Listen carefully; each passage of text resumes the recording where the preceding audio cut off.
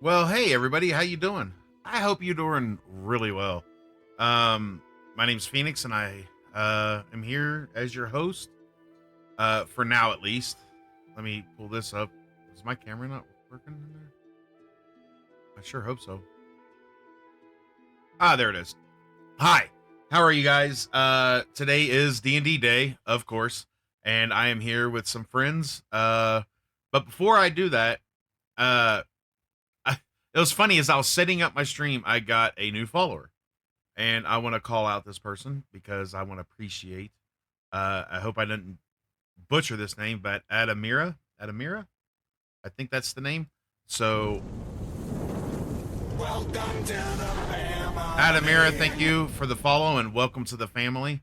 It seems to be we are short one person uh for this campaign, but let's go say hi to everybody. And they may be a little loud, we'll see. Okay, they're not loud at all. They're actually quiet, waiting in for the anticipation for my arrival. And it's good because, everybody should, be like that. I can promise you that's not it. No, this is just a matter of coincidence. Oh, y'all just Yeah, decided to let's shut up at the same time. Yeah, no, we Yep. just got done talking. No, yeah. Well, that's perfect. Before I get going, guys, I did something last night, or this morning rather, when I woke up, and I must show you. You know how I usually don't shave my head? Well, because of, it's summertime and I don't have the money to do a lot of stuff, I shaved my head. So, no hat. I'm just gonna, go with the lack of flow on top of the head. Zombie shaved his head too. I don't want to. he has no hair. I don't know if that's choice. No, I'm kidding. I have a little bit. What do you call this? I just had to turn. Just by the way, I had to turn on the brightness on my monitor. Thanks, guys. Well, you're welcome. So, on that note, though, you guys know the rules here. Once we start the D&D campaign, I will not be like talking to the cameras. There may be a couple times here and there where I actually do comment or say something, because we did take away our break. So if something happens and I break character just for a second to say hi or whatever, if someone special jumps in here, or if I get a follower or raid, stuff like that, I probably will break character now. Because to be honest, I feel more comfortable now than when we first started this, like 13 weeks ago. Can you believe that? It's been 13 weeks we have been doing D&D. Like, I never thought I'd last 2 weeks or one, but here we are. But on that note, let's Real quick. What? I just figured out who that follower was that you got while you were setting up. Wait, somebody we know or what? Yeah, Adamira right there. Yeah. Follow. Yeah, that's my wife. Oh. Yeah. Well, tell her thank you for the follow. Finally, finally she gets to watch me from her own account. Or whatever, I don't know. Well, she has been. She just hadn't followed up till today. So Man, that hurts. Ow. Well, you know what? Now she's following, so get over it. That's true. Of course, when I say that, like I said, it didn't really hurt. I gotta have feelings to have that hurt. And to be fair, my feelings died out a long time ago. So, but I'm glad. Thank you so much for following Raven's wife, aka Vessa, aka Adamira. So, hey, I don't have any account. I didn't have an account till today. See, Fair. Okay, see, I was right. I thought she did. I thought she did. My bad. I was right. You were wrong. Just go ahead and say it. Well, I was wrong, but I'm not going to admit that you were right. You're just not wrong. Oh, that's close enough. Man, it's like I'm married again. Like, jeez. You're not right. You're left.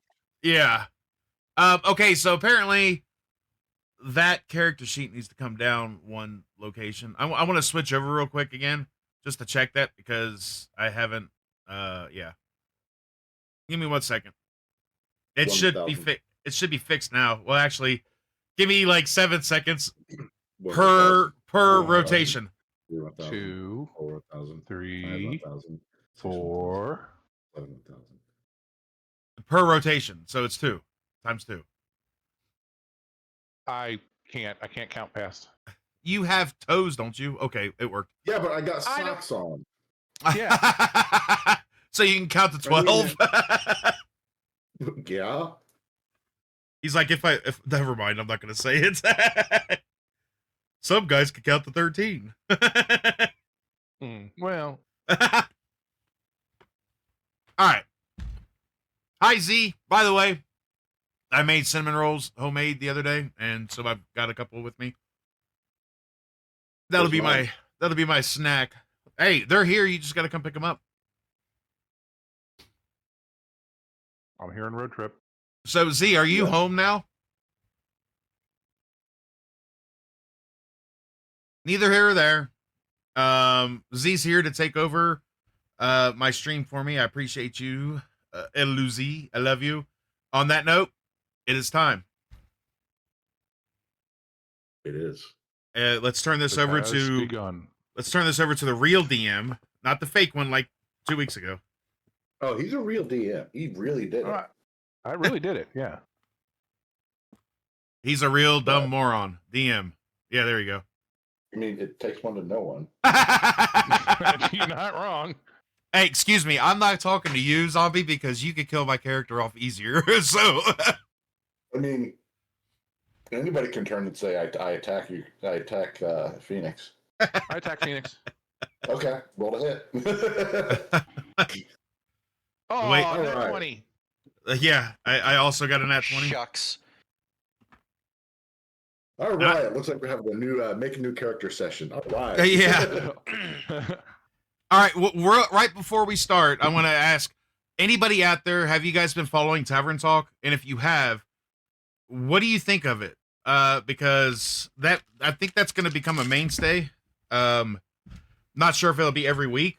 However, Tavern Talk may replace the podcast this week. Just saying. If we have it after the session, Tavern Talk may actually replace our podcast, because I don't know, Arson had to go to seminary or something, so we weren't able to do the podcast yesterday. So if you don't see it, then we won't have the podcast at all. But other than that, that's the last thing I want to say until we start. So, and we're starting right now. So, zombie, without any All further right. ado, please So, do. Mountain Dew? If it's voltage, yes. Vaulted or volted? Never mind. Voltage, voltage. Sorry, I was blowing my all nose. right. So, it's been a week since you guys got to the Feywild. About 4 days since the adventure in the vault, the time vault. Yes. So you've had a few days to, kind of rest and recover from that and deal with any issues that might have arisen from that. So why don't we start with Blaze? What have you been doing these past 4 days? The past 4 days? Yeah.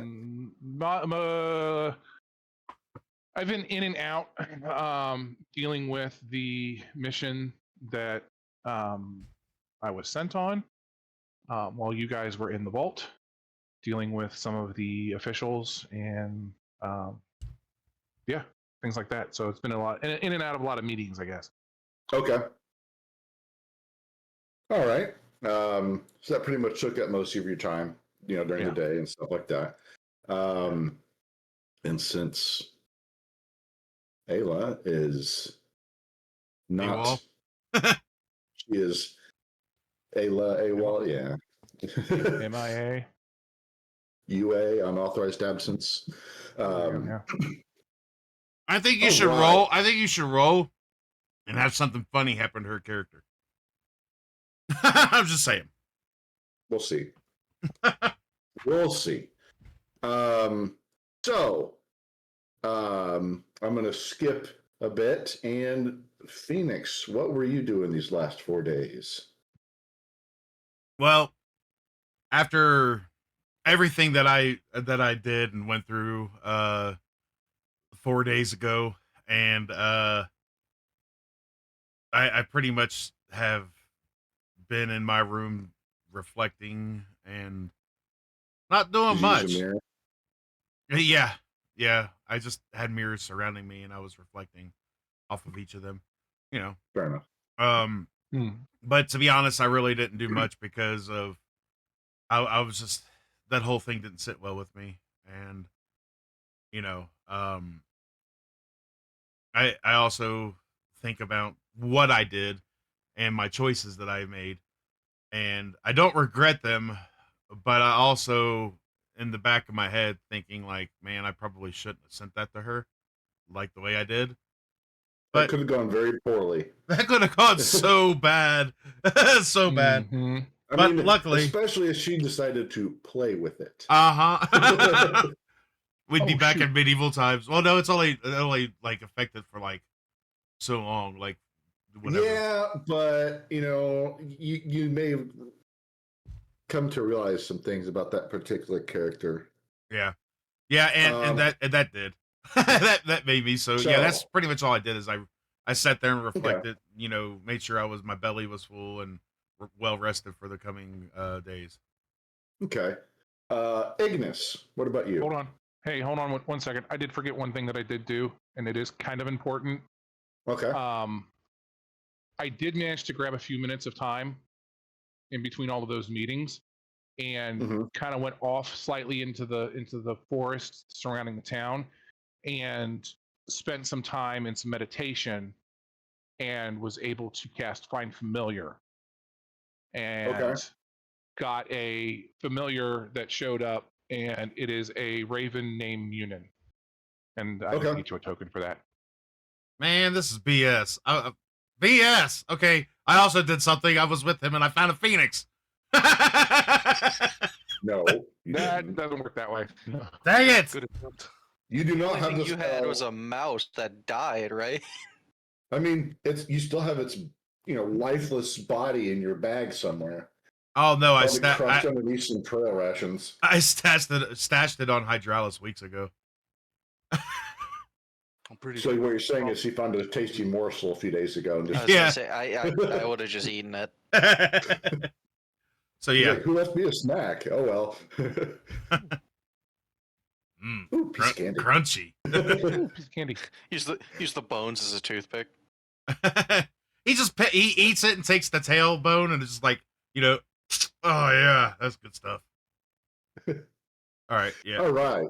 So Ignis, All right, what about so this is probably going to be back somewhere close to around when we finally got rented out the house. We've been caught up in all the chaos. Since we're in a different realm now, how are the whispers going?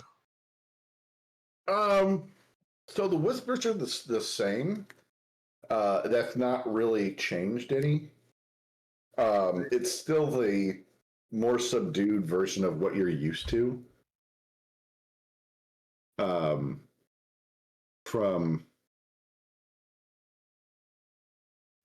from what the two twins at the temple that you guys you saved them from that temple. Yeah.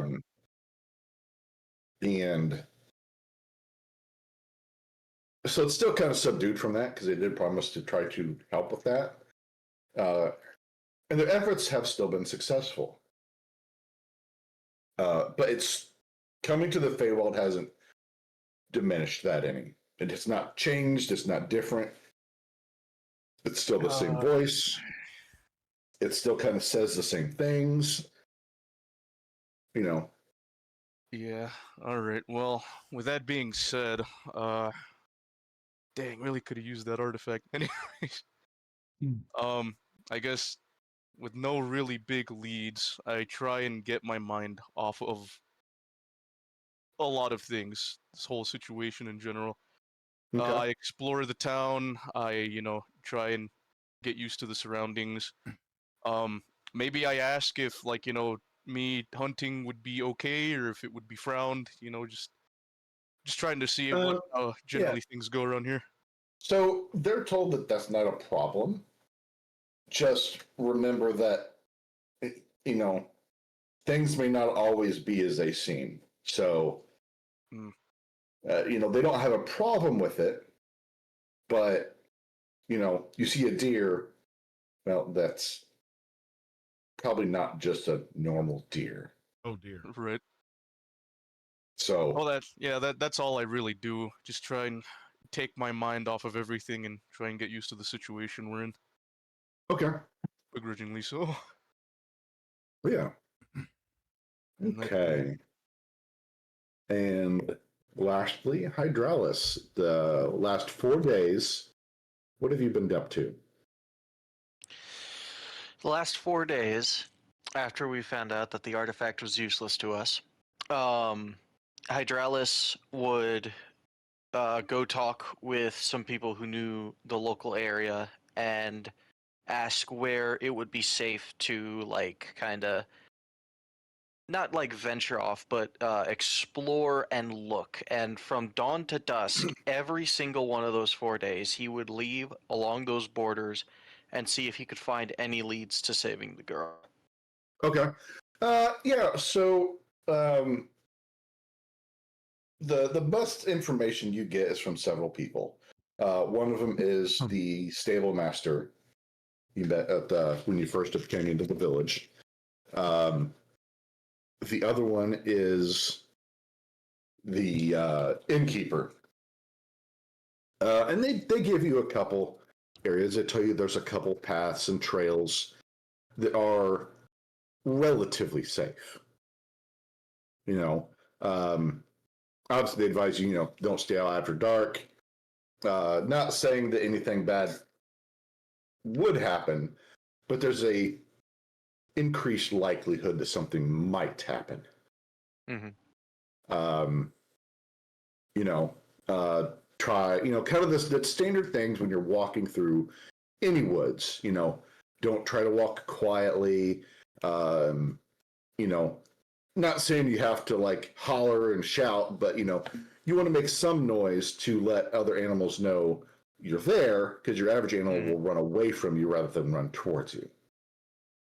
So, you're more likely to be attacked is if you're walking quietly and you spook an animal as it comes around a tree. Well, you're more likely to be attacked that way. So, but you do get a decent layout of the surrounding area. And the trails and stuff like that that are used by the hunters of the area and other people. You kind of find a peaceful little lake that's fed by an underground stream. A nice little meadow. That when you're out there, you see a couple individuals, partaking in a picnic. But you don't really see any signs of, the person you're looking for and her captor. So either they've faded in the past week, or they were really good about hiding their tracks, and you can't tell which. Because this is the Feywild, and this is completely new territory to you. So, unless if anybody has anything else, I think that will do it for the past 4 days. What about Ayla? What about Ayla? You don't know where Ayla's at. She's not home when you wake up this morning. She is not in the house. You don't know where she's at. She has, you know, you saw her come home last night at some point, but she was gone this morning before even the first person that woke up and came downstairs. More importantly, we don't care. I mean, whether you care or not is yeah, I'm between messing. you and your character. I'm messing. So, Phoenix. Yes, sir. You receive as soon as you woke up. In fact, it wakes you up. Huh? What? The bag that you were given by your patron Oh gosh. has a note in it, and it is a summons for a tea party. Interesting. Okay. And per the terms, unless you're in combat, you have to respond immediately. Okay, so I get up and I get ready and I kind of just like I leave without telling anybody where I'm going. Okay. And I head straight over. Okay. So you get there and she's outside and she's got a small little table. I mean, I say small, but it's not like, a table for a halfling. It's a normal sized table. It's just a small one. And she's sitting there and there's, cups and, for tea, and there's a teapot and there's some cookies and stuff like that. It's typical things you'd see at a tea party. And what was her name again? Yes. Mira. Oh my gosh. Yes, was a very popular name that year. I don't have that information in front of me right now. Oh my gosh, I can't believe we don't. Hey girl. Hey girl. I think it was Mirabelle. Mirabelle. That's it. You're welcome. I knew it was something Mira something. I do. It's like I've got a lot of information around me right now, so yeah. So, yes, Mirabelle. That proves that Grim watches Tavern Talk. That's one. yeah, exactly. Anyways. So she welcomes you. Thanks you for responding, and you pour a cup of tea and you start talking and stuff like that as you normally do. Yeah. This being your first one, you do see her parents kind of sitting on the porch. It looks like they're having tea, but they're not part of the tea party. They're not like watching you either. They just also happen to be out back having a cup of tea, a light morning breakfast, stuff like that. They do acknowledge your presence, but they don't really go, make any formal effort of, oh, welcome. It's just kind of like a simple nod or a wave. And with that, we will pan away from you for a bit as you enjoy your tea party with Mirabelle. It took you a second, didn't it? To remember. Yeah, because I don't have an actual character name on there. Token for her on here. Yep. So it's until I get that, it's a bit interesting. We'll just go we'll just go to Grim for that information. So of the remaining three, who wants to be first?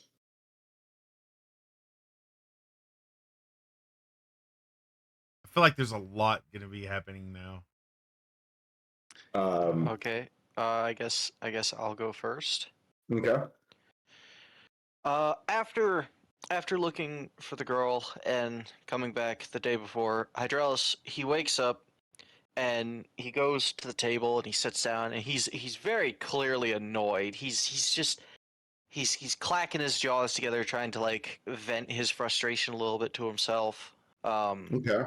He just looks very like angry and annoyed while he sits at the table. Okay. So, so you're sitting there at the table, and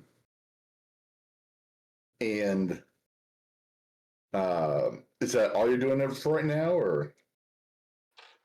Yeah, we'll say that he's just kind of like staring and like kind of picking around a plate of like bacon and eggs. Okay. He's just not really eating, but he's just frustrated. Okay. And we'll just go down the line. Ignis. So you're the next to awaken. So, yeah, me and Talos get up, just kind of get ready, I guess, for the day. It's not we're not exactly in the best, or I'm not in the best spirits. I don't know, but Talos is probably just as happy. He doesn't really care much. He's just a little guy. He gives you Um, the sign that he has to go take a poop. tinkle or boo. All right, yeah. I let him go and do that. I'll try to Okay. think of it later. I look around. Uh, the house is pretty quiet. I imagine either people are out or they're doing their own thing. So yeah, so you notice as you kind of come out of your room and you're walking, Talos down the stairs to and kind of open the front door for him because you've got him trained and the town knows him well enough that nobody's really going to bother him unless you walk with him out, out to where he does his business. Um, I don't know if I could, walk him outside like a dog. It's like, okay, go do your business. Or if you're just kind of like, all right, here's the door, go, go take care of your business. I mean, usually it would be that, but since we're in a completely new realm, I'd probably be with them right now. Okay. So yeah, you go outside to help him. You do pass by Hydralis sitting at the table, and you do see he's just kind of like using a fork and just kind of he's pushing his food around. He's not really eating anything, or if he does, it's just more of like an absent-minded. He pushes it around, stabs a bite of egg or a piece of bacon or something like that, and puts in his mouth, chews so absent-mindedly. Just kind of more. He is not mentally present at that table. Is this before or after I took Talos out to This is kind of like on your way out. Hmm. You're on your way out of the building. You do pass by him, heading outside the house to let Talos do his business.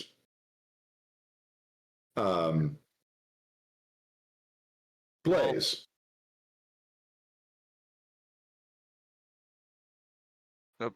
You would be. Go ahead, please. It was like you would be the last to awaken. I'm still snoozing because it's a little early and I got in a little late the night before. There may have been some ale involved. We will never, quite admit to it, but yeah, he's just still kind of snoozing a little bit. Okay. So, so then it's pretty much right now. I mean, with Phoenix at the tea party, which by the way, it is good tea. It's so You know, good. it's tea from the Feywild. How can it not be good? Yeah, and especially since it's not going to make me have anything grow on me now. I could actually enjoy the food and tea. Correct. So It's not to make anything more grow on you. exactly. Can I ask her a couple questions before we break down into? Go right ahead. Okay, so it's more like statements and questions. Okay. Hi, Mirabelle. Thank you for the tea party. I've been down the last few days, and I really this is really a pick me up for me. I appreciate you. So I wanted to ask you, uh, was your dad upset with the situation that a few days? No, Well, that's good. And I also wanted to apologize to you for sending that to you. I that's didn't. okay. I looked at it and I knew that it wasn't something for me because you haven't been anywhere. You haven't been doing, Right. So I knew that you it wasn't for me. I don't know. I figured it was an accident. Things Well, happen. You open the wrong pouch. well, it wasn't an accident. I'll tell you that. But I also wasn't sure if that was a bad man or a good man. So I wanted to keep it out of the bad man's hands because I didn't trust him. Ah, I don't trust. And okay. to be honest, with our bond, I feel closer to you than most, and I trusted you enough that you would know that you would handle this better than what some people thought. And to be honest, I thought about it when I've kind of stayed to myself the last few days, and I've had a lot of time to reflect, and I will say this, I felt bad about sending it to you because what if you would have used it? That would have been on me. Thankful nothing happened. So, I did think about it. It well, looked like it would have been fun to play with. yeah, but you know, I at the time, I wanted to keep it out of the bad man's hands, and I wasn't sure he was a good or bad man. I still don't know, to be honest. So that's why I did what I did, and I don't regret it, but I do apologize for putting you in the I just middle. realized I hadn't switched it over to So, the so you got any more of those Feywild cookies? Village. Oh, of course. She, pulled out another tray of cookies.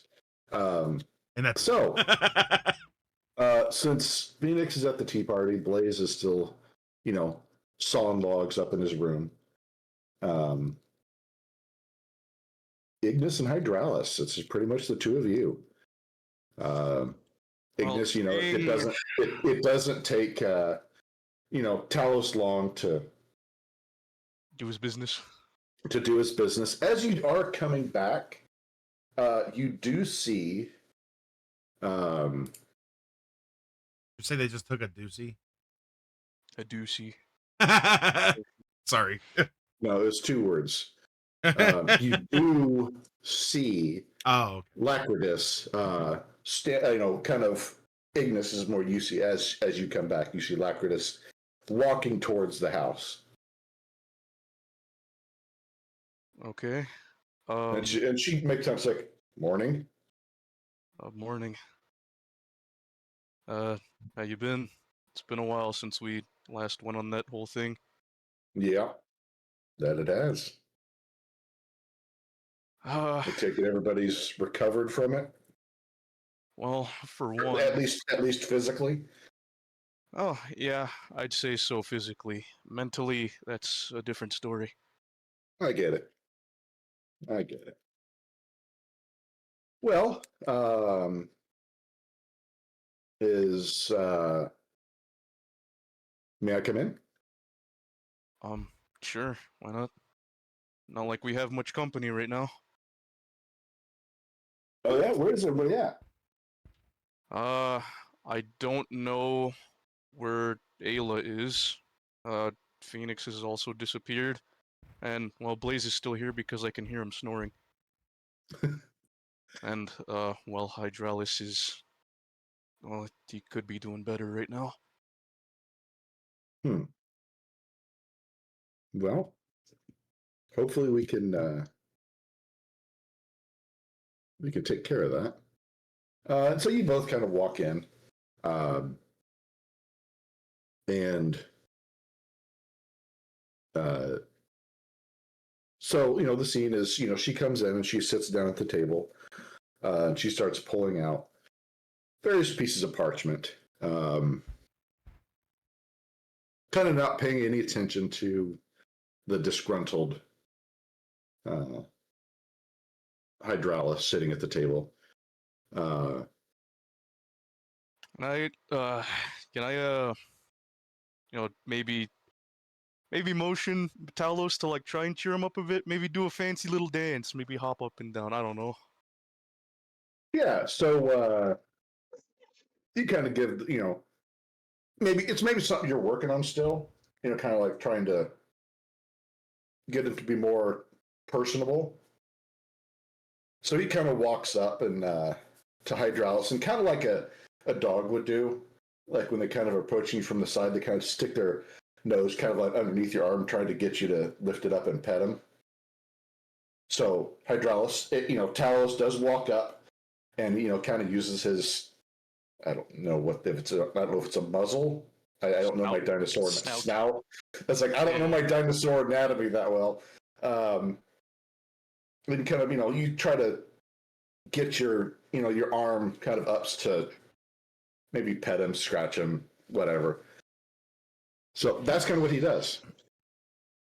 Hydraulis, he notices the raptor, and he at first he tries to make it a little like obvious. It's like, hey, I'm not really in the mood, buddy. He pushes him away slightly, and then when he tries again, Hydraulis just snarls at him and thumps his tail, making a super loud noise to try and scare him off. Okay. What? Oh, all right, dude. What's your problem? Wake up on the wrong side of the bed or something? Hydraulis, he kind of looks at Ignis and he goes, "Bed? Oh, that's cute. I've only woken up in the entire wrong realm, with a bunch of quote-unquote heroes that are clearly taking their sweet time, rescuing a little girl that might have hours or minutes at best." Okay. I stare Hydraulis down. A little bit taken aback now. You don't think if we knew where she was, we wouldn't have been there by now? We need Lacridus here to take us there if we have even any chance of saving her. It's at this point that the Hydraulis slamming his tail down on the ground, and That the would two of wake them you up. starting to yell. Yeah, that has woken me up, and I come out of my room, rubbing the sleep from my eyes. Munin is sitting on my shoulder, and I see them start going back and forth, and I just kind of take it in for a minute, and then just shake my head like really, and walk over to Lacridus. Mhm. And as I walk over, I pull the map of the Feywilds out that the nobleman gave to me, and unfold it, and then kind of put my hand on Lacridus's shoulder to get her attention, and start talking about things on the map and routes and things like that with Lacridus at the table. And I just kind of put the map on the table. Yeah, she starts going over the kind of while they're doing their thing. She just starts going over what she's come up with. Yeah. So you two may continue your interaction. Hydraulis, he stands up and he knocks the chair over by standing up. And he goes, "I'm saying that we could have had plenty of our valuable time actually looking for the girl rather than waiting on a half-baked guide to lead us to a corpse." And he motions to Ladicr. Ladicrus. That's all right. Lacridus. Laxatives. Lex. Oh, okay. Well, now that you tried to size me up. So All right. You know what? Unbelievable. For a paladin of compassion, you sure bark at us like you're a slave owner. This causes Hydraulis like his pupils dilate, and he goes from being a calm and reasonable person. He nearly lunges at Ignis, but just before he does something, he calms down. He turns around, takes a deep breath. He's like, "Even a slave could play less crooked notes on a broken lute." All right. Zombie, yes. what's near me? Maybe a book, a wooden ladle, a bowl. Yeah. Well, we'll say that you two kind of standing somewhat close to each other. So the closest thing to easy grab would be like the plate of his food. The second this scumbag turns around, I launch it at him. Okay. So Hydraulis, you say your jab at him, and you kind of turn around to storm out the door, wherever you're getting ready to head, and just in the back of your head, you feel the plate that you have just been pushing the food around smack you in the back of the head, and the food just kind of flies past, your shoulders. Some kind of hits the back of your head. You still got little bits, on your shoulders, bacon, piece of bread, eggs, stuff like that. after it Clearly. hits, I would say clearly thrown by Ignis. yeah, Oops. after it hits me, I like flinch a bit, and I look down at the plate, and then I look at Ignis. Oh, you little you! And I grab him by the shoulders, pick him up, slam him on the table, and I slide him across the table, across the room. Oh, As Can I Ignis confess goes this? down the table, just before he gets to where Lacritus and Blaze are at, I'm gonna pick up the map and kind of point at something a little bit closer and kind of bring it up closer to Lacritus and was kind of pointing on something, paying no mind to the fact that my friend just went sliding past us on the table. And after he gets past, I'm gonna put the map back down again, like nothing. Just Yeah. You should She make him kinda picks roll. up- she just kind of picks up, the little scroll that she had next to her, kind of as well. Just kind of picks it up, slides past, sets it back down. just kind of Yeah, just mirroring your actions. Yeah, just kind of paying no mind to the fact that he just went right down the table fast. That's kind of like an old bar fight. Look, it'd have been Yeah. funny if he would have had to roll for that, and he got a nat 1 on it. That would have been. all right. Cool then. I get up. Now we got ourselves something here. And I sprint right at Hydralis, and I'm not gonna do a frontal assault because obviously he trounces me in the strength. I'm gonna try and outmaneuver him and just get on his back. Okay. So kind of what I'll say is, as you kind of you're running full tilt at him, and at the last second you kind of slide to the side. And maneuver you've used a time or two when you're hunting and maybe you're fighting a boar, that's kind of charging. You're running at it and you kind of use that forward motion to slide forward and to the side a little bit to get around behind it. And so kind of you do that. You kind of grab part of his armor or something like that. You use that to swing yourself around, and now you kind of latch onto his back with your other hand. Punching the crap out of him. Okay. I thought you said fighting the Borg. As Yeah, fighting the Borg. Well, you said the boar, so I was like, wait, the Borg? Sorry, it took me a No, you're second. good. as he jumps on me and starts punching me, I like try and grab him with my back, and then I like fling myself backwards into shoulder, kind of behind my shoulder into a wall, so I crush him in between me and the wall. Oh. Okay. So as you're doing that, you hear the wall crack just a little bit. And let's see. What is so I'll say because of that, you've both taken a hit from that. Obviously, Ignis is crushed, but your back kind of slams against him. So we'll say you both end up taking 4 points of damage, which is Hydralis' strength modifier, because you kind of threw your whole forward weight and strength behind this. So, you both take damage from different things, but you both take 4 points. I hear them hit the wall, and I just kind of look. I kind of glance up for a minute. I look at them and go, "Can we either stop or not break the house?" Anyways, I ignore Blaze and I immediately grab a chair and slam it right over Hydralis' head. Okay, well, I guess not. Just before Ravenhead said that, I said, "Stay out of this, mage!"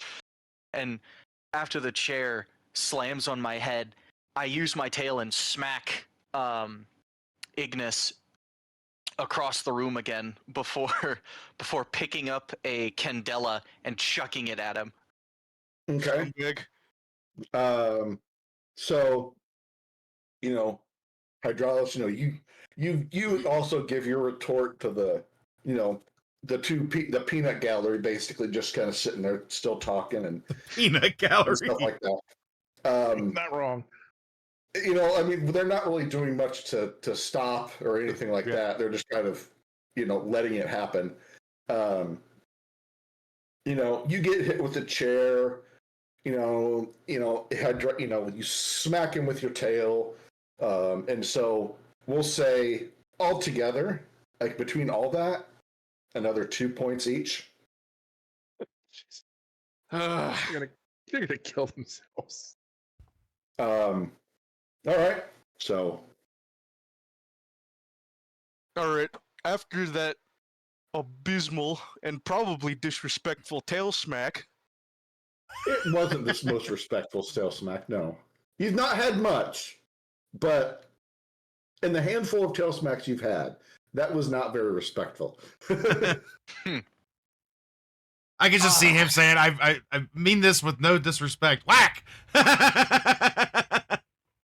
I mean this with disrespect. Yeah, with the all utmost due disrespect.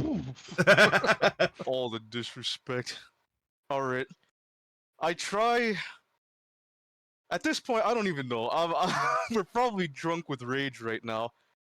I'm probably just gonna try and tackle him. Like at this point, it's just gonna be like pure primal, just go down. Okay. Hydraulis, what's your response? He's rushing at you, clearly intent on just tackling you right in your waist. I'll say that the mere thought that he thinks he can tackle me catches me so off guard that he does tackle me. Okay.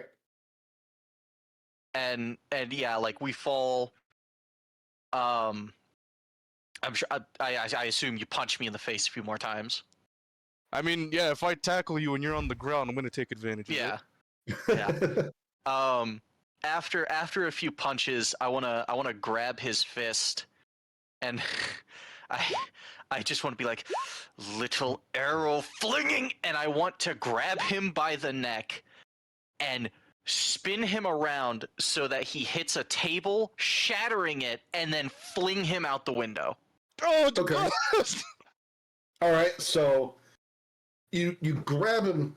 You finally free your hands and you grab him. You grab his wrist as he's just laying into you, and you swing him into a side table by the front door. It crashes and splinters, and then in the same motion you kind of swing again and you throw him out the window out into the street. Glass shatters, whole 9 yards. Now, it's at this point that Phoenix, you are returning. Okay. However, you are not alone. Mirabelle has accompanied you. Ah. She said, let's take a walk around town. She's going to introduce you to some of her friends and stuff like that. And I would really like as you currently didn't have anything better to do, you're kind of like, sure, why not? Hey, zombie, before we go any further, can I backdate and say when I woke up, I cast the spell to give me a potion? Yeah. Okay. That's all I wanted to know. Because no, you're good. You're good. Okay. So as you're walking by, as you start getting close to the house, you can start hearing crashes and bangs and words in draconic and stuff like that aren't. Well, do you speak draconic? I don't know if I do or not. I'd have to cast the Phoenix. I'm looking. I don't think I do. I think Okay. I speak Common, Elven, and Dwarfish. I do. So, but the sound of a curse word when you hear it. Yeah. Regardless of the language. And clearly, and you hear Hydraulis, occasionally he's cursing and there's talking back and forth, and the voice you hear is it's Hydraulis and Ignis are going at it. You're crashing and banging and wood splintering, a wall cracking, and right after the last big slam and you hear wood crack, you see Ignis fly out the window. Now, Dude, no, I immediately get up and I pick up. I Well, grip Oh, hold my on, shorty glass. hold on. Don't hold, go in front of the DM. hold on. So, what happens is, and Phoenix, give me a dexterity check. All right, I gotta somewhere my deck. I think it's This will be very difficult. okay, I got a +3. Let me roll.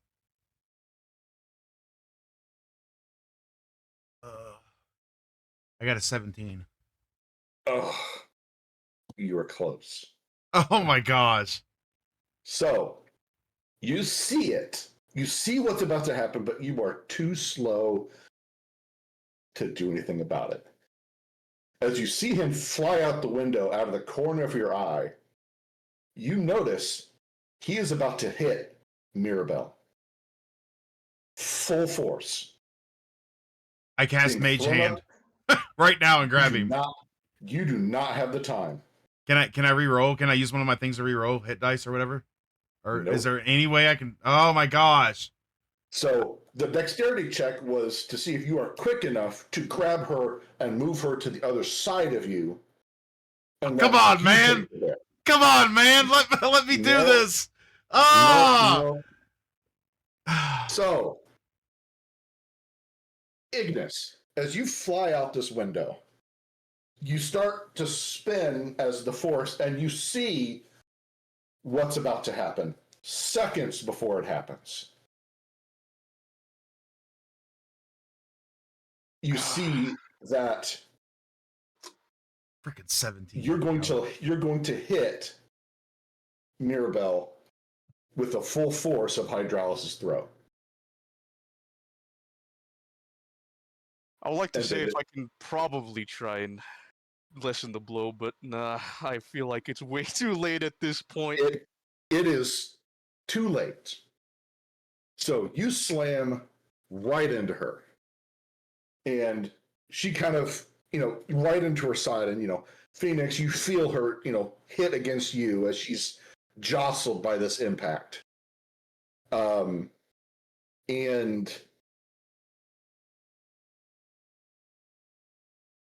after, like a few seconds pass, and Ignis, you're kind of sitting there in a pile, and Can I react right now?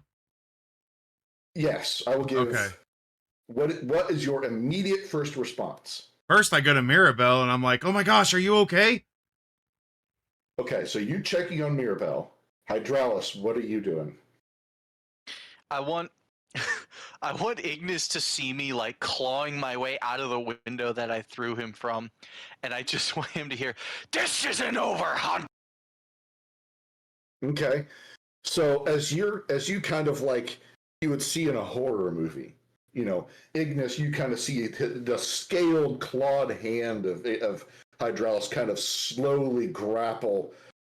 The Wonder Frame just kind of pulls himself where it's like, this isn't over, as he starts clawing his way out. And it's at this point, Hydralis, you see that he has slammed right into Mirabelle. And let me say something because I Well, really I was gonna say, I'm gonna give each person their initial reaction to this. all right. So So just Blaze, reaction. yeah, that's what I'm doing. Blaze, you see, Ignis thrown out the window bodily by Hydralis.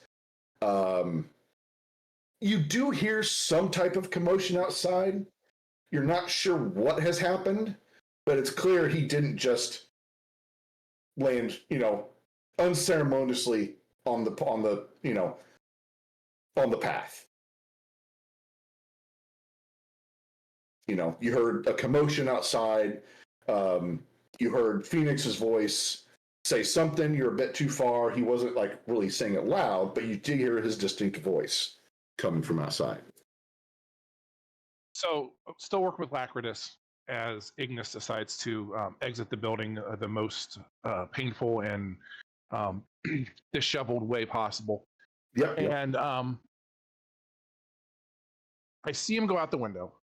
I don't really, all right, I'm just gonna let them fight it out because just like, like two cats fighting for dominance, you just let them fight it out until they're done. Yeah. And he goes out. I don't really react or anything at first.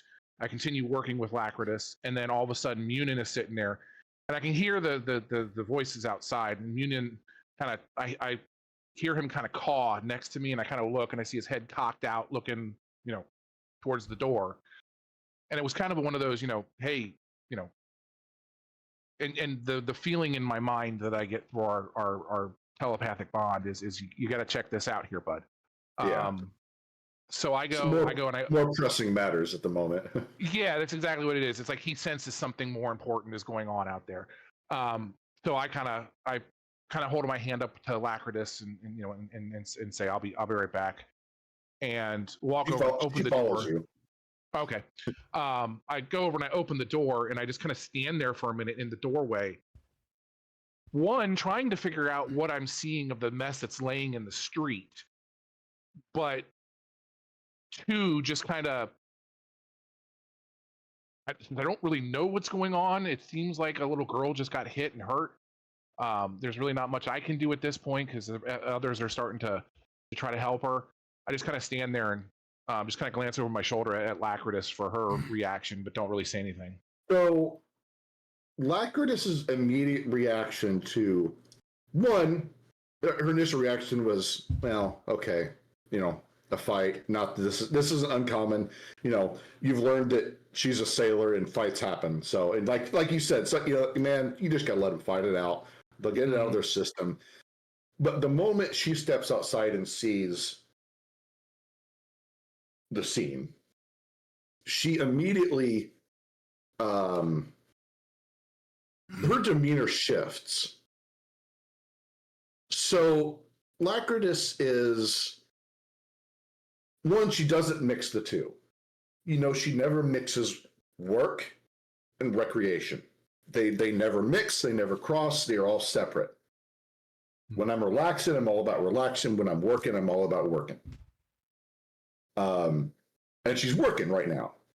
So she's not, but she shifts to the nearest thing you can picture is her demeanor shifts from like, whatever, to, oh, crud. And, insert, curse word here that I won't say because, oh, yeah, fluff enough. And she runs to close to where Mirabelle is, but she's not rushing to make sure she's okay. And Blaze and Phoenix, you two would be the only ones of any type of calm mindset to be able to process what is happening. Can I do what I was gonna do? Sorry. Let me finish with like Mirabelle. Okay. Let me finish with like Lacritus and then Mirabelle, what they do, and then I'll cycle back around. Okay. Kind of like initiative, but it's kind of like a loose initiative type of order. Yeah. So she doesn't check on Mirabelle, but she is kneeling. She is kneeling like one would kneel before a lord.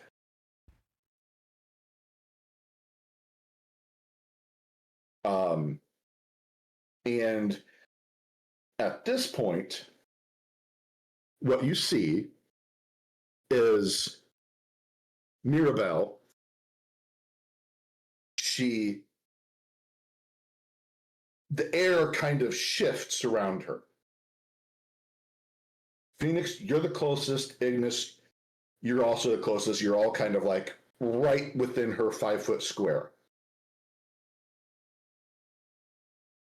Her demeanor and aura has shifted.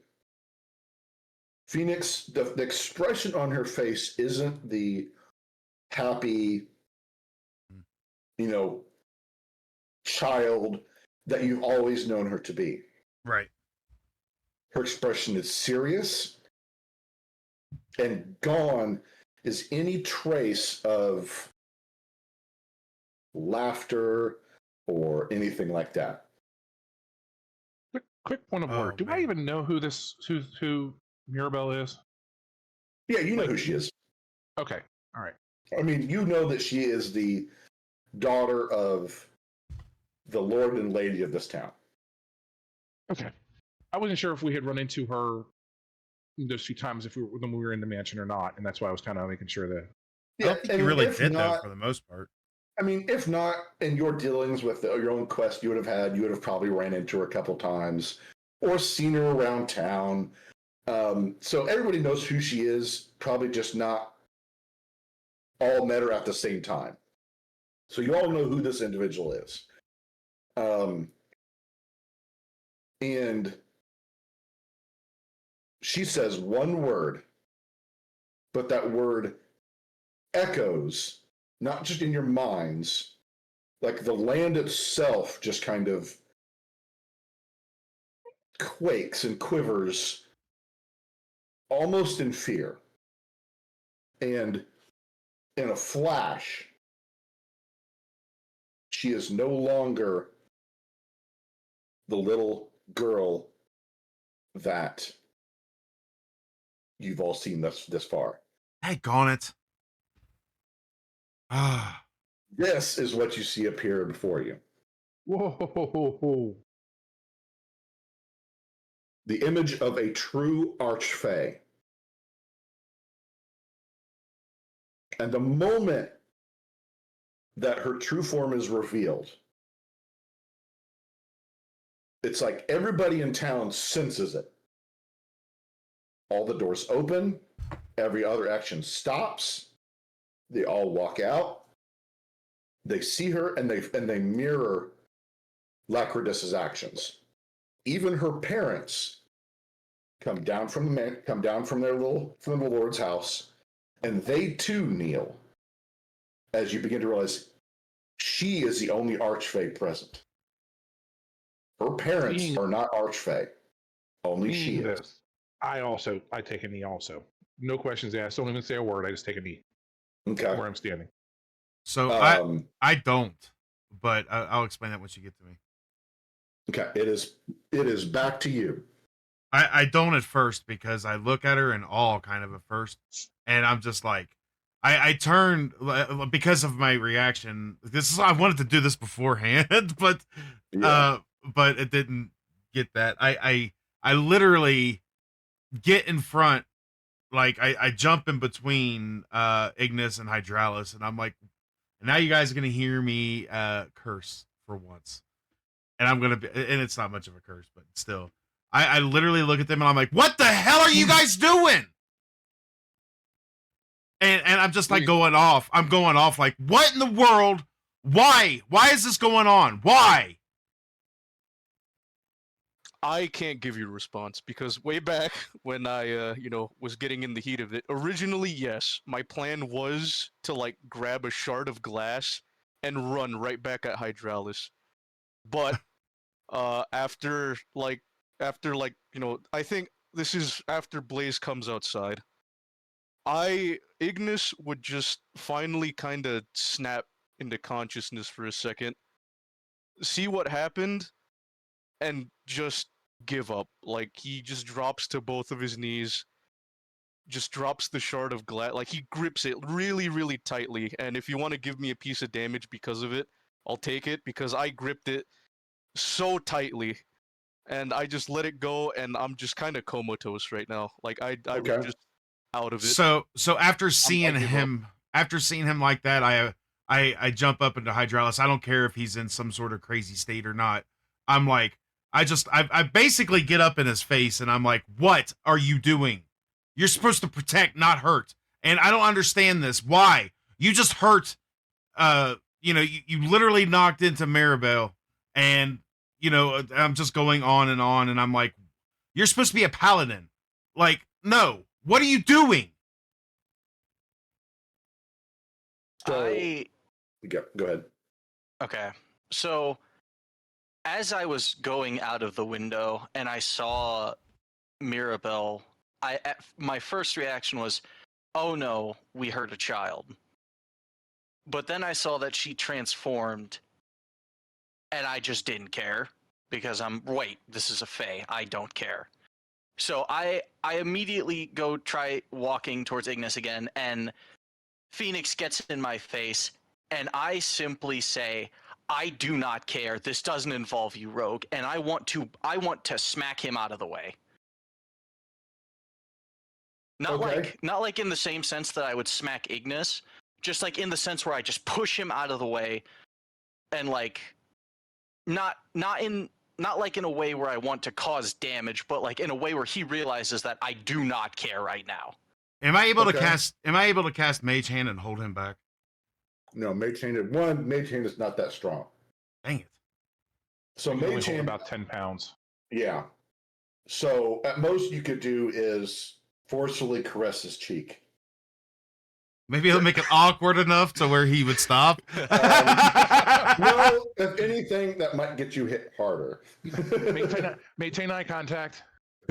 So, yeah, Phoenix, since we're kind of going all kind of loose and fast with this, you are unceremoniously pushed to the side. Now, you do try to resist. You know, you're trying to separate the two and prevent further discord from happening. All right. Well, But Go you ahead. are no match for his physical strength. I'm just gonna say I'm gonna jump in front of him again, and I'm gonna be like, if you want him, you're gonna have to go through me. And just think about Well, this. Well, so before you have a chance to do that, it's at this point that Mirabelle, also now known as the Gossamer Queen. The Gossiper Queen? No. Gossamer. Oh, okay. Sorry, I have cough drops in my mouth because I've been coughing lately. Gotcha. She turns her head slightly to the side and just says, "Enough!" And everybody feels the compulsion, like, you know, power word cease and desist has just been cast on them. You know, everybody stops right in their tracks. It's not often, and just to kind of play to that point. Number one, nobody has ever seen Blaze take a knee. And two, when she does that, he even drops his head. Very kind of like a submissive, no eye contact kind of a thing. Mm-hmm. It's at that point that I turn and I kind of just like I too. Nope, you cannot move. Okay. Everybody in town, except for her, is completely frozen in place. And she approaches the two of you, Hydralis and Ignis, and says, "What is the meaning of this?" And you may not, and both of you may speak only. He started it. I'm still just done. Like, I'm still like just out of it. So I can't really say much right now. Oh. Also, probably might have something to do with the fact that I was terminally thrown out of a window at high speeds. Yep. I'm probably a little rattled right now. So Hit an the stage is archfey. kind of yours, Hydralis. When she did the power word cease and desist thing, is it kind of like Hydralis like has a heart attack where like he forcefully drops to a knee, or is it a matter of like I legit just get frozen by like magic? So you don't take a knee, just wherever your character was physically in the motion of, it's like you just can't move. Okay. You know, you're not forced to take a knee or anything like that. Sorry, You just Blaze. stop immediately. Okay. Well, Hydralis, he looks at the Archfey and he doesn't have the semblance of, he has a semblance of respect for the Archfey, but he's still very staunch when he says, "The meaning of this is we're wasting time in this village."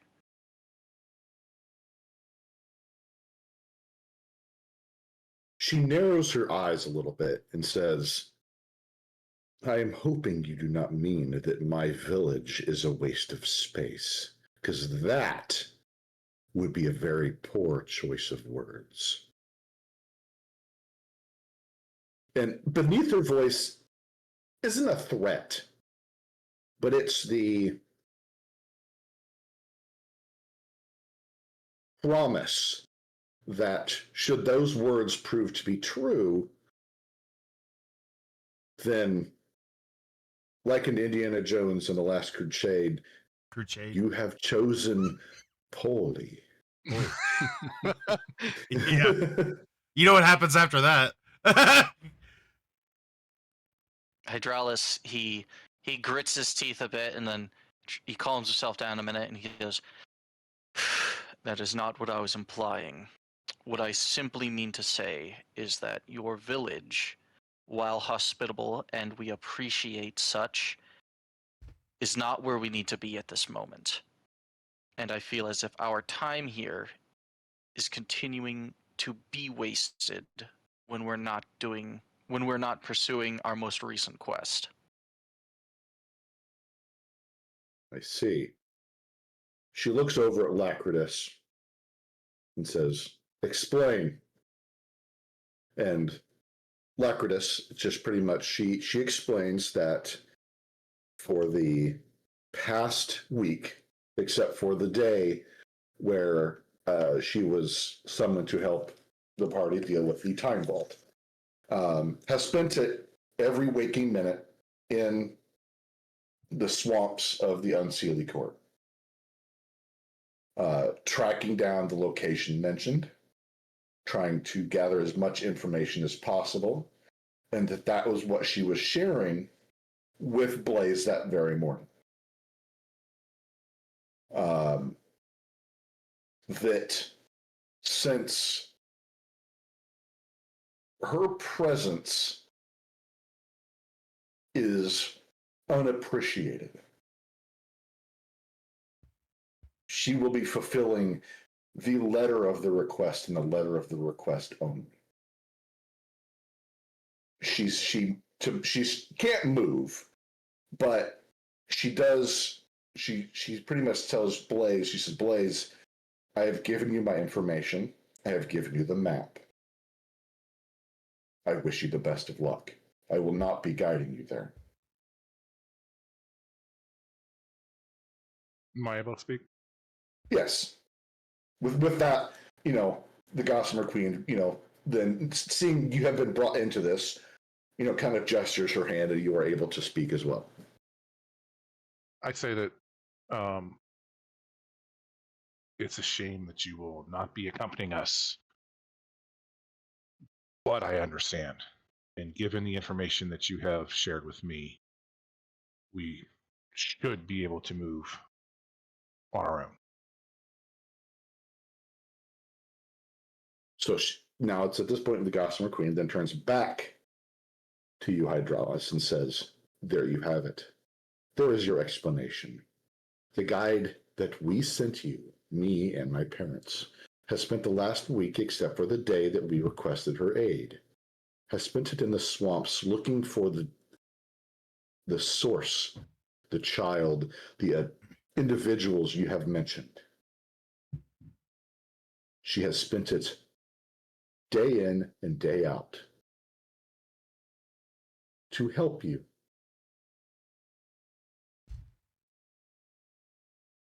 There you have it. There is your answer. Hydraulis, he kind of like growls, but not towards her, more towards himself, because he understands that all of this is now his fault, but he's not sorry for what he did, but he still feels bad for the fact that she was brought into all of this due to him.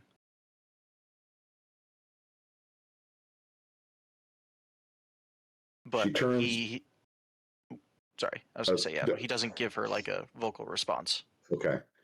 So she turns to Ignis and says, one, do not fear, I have not been harmed. It takes more than that to hurt an archfey.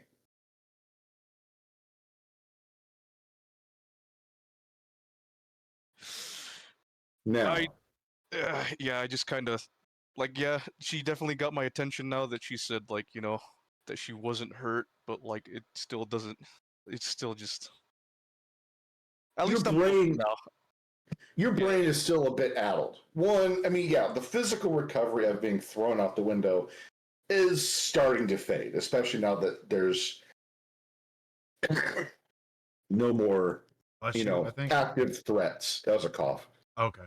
Um, the adrenaline's starting to, calm down and stuff like that. But the shock of everything that's happened, the mental shock of it, is still very much playing through your head.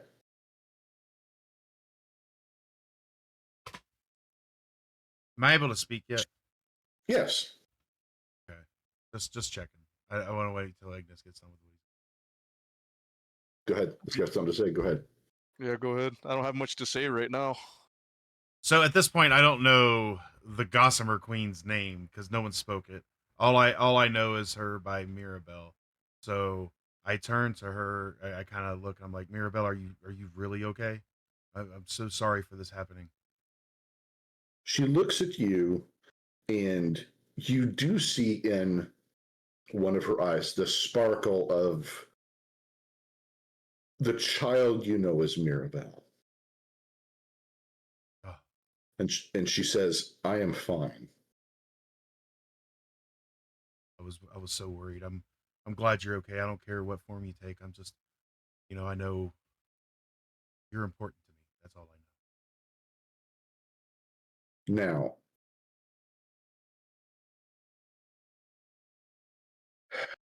I will overlook this assault on an archfey this once. But do not mistake this one act of kindness for mercy.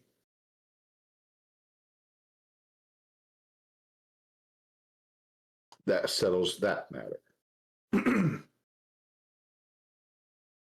2, you have damaged property. That property must be fixed. And with this, she kind of looks around at the town that is gathered here. That even them two are completely frozen in place. She says, anyone here who has been harmed in any way by the actions of this group, go to the innkeeper, as the innkeeper is responsible for renting this home to them. He will compensate you. And then he looks to the party. She looks to the party, sorry, and says, your payment for damaging the property and any other harm that has befallen these people here will be given by him. Do I make myself clear?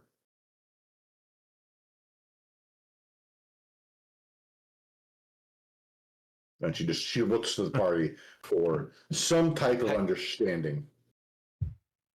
Hydralis, he scoffs. Understandable. Very well. And with that, she waves her hand and everybody may move. And she walks back to the Lord's Manor.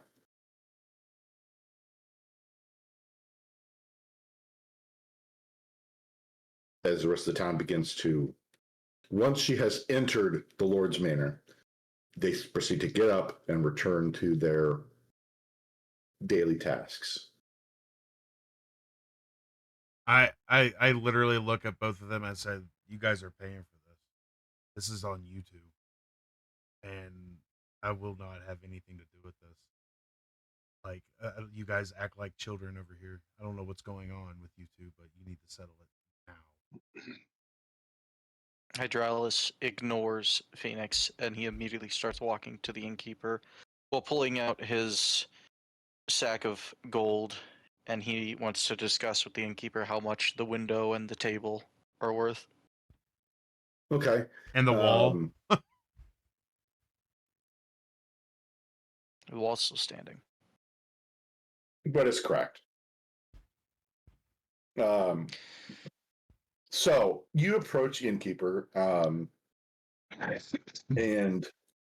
he is talking with a few other people. He sees you and he says, "I will be with you in a moment." And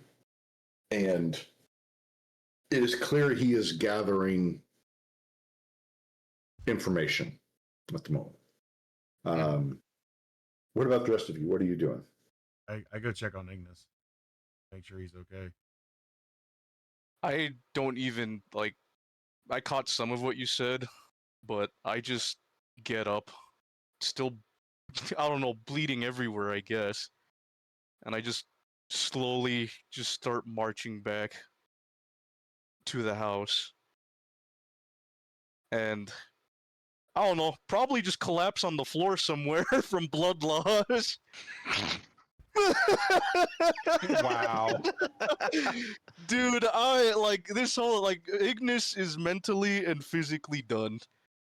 Like Well, between like losing the one item where he could have had everything, a fight with his supposed friend, and just like also the fact that yeah, even though he doesn't show it, he still does care for the kid that was kidnapped. All of it is just like up to the point where whether you find me collapsed on my bed, on the floor, on the stairs, I don't know. I'm just somewhere, laying down, bleeding. Don't even try and heal myself. I just let myself bleed. I use that potion on him though. Okay. So I won't Like- drink it. I force it down your gullet. No, I'm just kidding. I mean, you can't do anything about it anyways right now. You're pretty much done. So So luckily the injuries aren't severe enough that it's life threatening. Yeah, you've got some cuts and scrapes and stuff like that that are bleeding, but nothing that you'll bleed out and die from. Oh yeah, but I'm just kind of like, I just You make it up a couple steps before exhaustion and everything just kicks in. And Phoenix, as you go to follow him, you see him just kind of passed out right on the stairwell. yeah.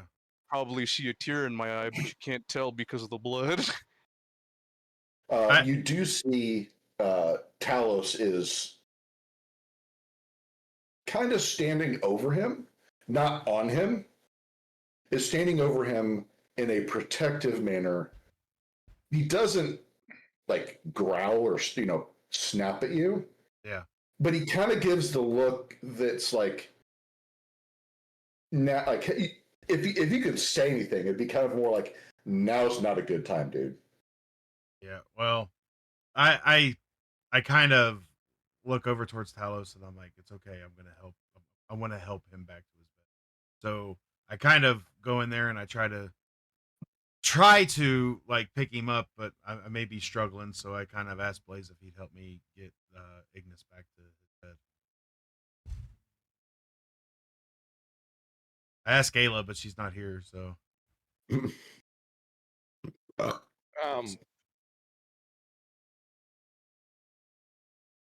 you gonna help or not? Jeez.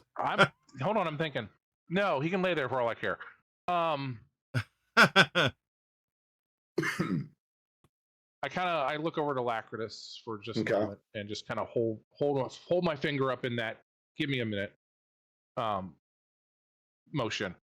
Okay. And I go and help him drag Ignis into his bed so he can sleep this stupor off. And after we get him in the bed, I kind of glance towards my shoulder where Munin is sitting, and say, "Keep an eye on him, my friend." And the bird kind of caws and kind of hops up on a dresser and just sits there, because within 100 feet I can telepathically see and hear and communicate with the raven. Okay. So kind of that way I can kind of help to keep an eye on Ignis while we're in there. So You were I going to say something, Phoenix. yeah, so I kind of turned to Talos because I'm assuming Talos probably followed us as we brought him in, and Yeah, oh, yeah. and I give Talos pets and underneath his bottom jaw. He doesn't resist it, but he seems more resistant to it than normal. Like, Yeah. like not the time, man. Well, but I'm looking at him and I say, "Hey, he's gonna be okay." And then I walk off, trying to figure out what the heck's going on here because I heard her tell the tale of what happened. I was there, I heard it, so I know what Mhm. happened, but there's more to it. So I know there is, and I don't understand why my two friends that I've been with for over 6 months, and all this happening right now. Why is Hydralis being such an a-hole, and why is Ignis also being that way? And like I need to reflect on this, so I kind of hang with Blaze a little bit because I'm hoping that he goes out and talks to Lacridus and figure something out. So I'm just kind of like Okay. along for the ride. So, Blaze, I'm assuming you're going back out to Lacridus. Yeah. I was going to Okay. walk out the door and kind of, as soon as I get outside the door, kind of for a moment, I just kind of lean up against the wall of the building and just kind of rub my eyes, like, Jesus, why? And it's more of it's kind of a slight feeling of regret of why didn't I step in before it got to this point, Mm-hmm. kind of a thing. So and I didn't. So go ahead. As you emerge from the house, you see her. She's also kind of leaning up against the other building, right across the way, and she's absent-mindedly, the kind of like the half cape that she wears around her shoulder. That's the looks like the flag from the ship she used to sail on. Mhm. The spearhead that serves as the pin. She's kind of absent-mindedly rubbing it a little bit. And I kind But of she sees you kind of come out and she goes, "Everything's okay, I trust." he'll live. I don't know. I'm going along with you, and I'm like, how did that escalate to this? It just did. Why didn't anybody step in before this happened? Because when people get like that, you just let them fight it out, and let them get whatever it is out of their system, and just let it be done. So, Just escalate a little further than it needed to go, I think, and so just so you know, I was gone this morning because I was summoned by Mirabelle, and that's fine. that's why I was gone. She was showing me around town, like introducing me to friends and stuff, and then we come back to this. I tried my best to jump in front of her, but I was just too slow. Things happen.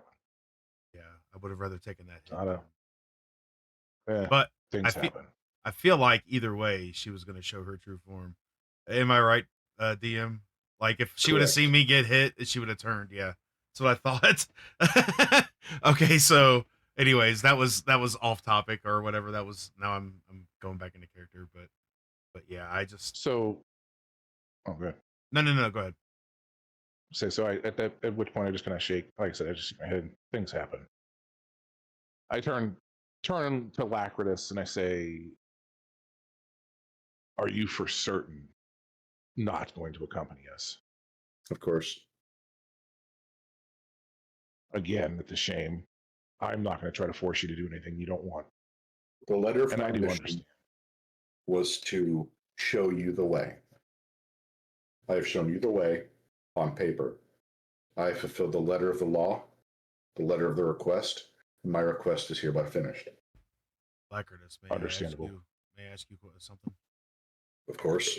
Is there any way we could change your mind? I know this little incident set us back, and trust me, this is the first time this has ever happened to us. And I know Hydralis can get a little emotional. And I understand that he wants to save this kid, but you know, I guess he has a hard time putting his trust in other people. And as for us, we did, you know, and you fulfilled that absolutely. But So she looks at you and she says, one, I understand. I get it.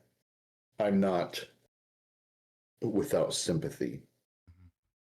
But as you have said it, you do we don't know each other. Not really. correct, And you are not my crew. I get that, I am loyal to my crew, I and get you that. are not that. But So let me say this, and then I won't say anymore. You do what you want, okay? First of all, we have fought side by side, and I don't trust very easily. And you've earned my trust in those battles we had, especially last week, or especially 4 days ago. And you know, there was a lot there, and you know, just from how we first interacted, that I am not easily swayed by people. But I promise you, if there's any way you could accompany us, that we we would offer a little bit more to you. If we can get back home, wouldn't you love to be able to see where you're actually from? this is where I'm from. Fair point. Fair point. But I'm just saying, of the little bit we have talked and have shared, I know. Come on, that I said come on off. I'm not saying anything like that to her. I'm trying to be as respectful as possible, Yeah.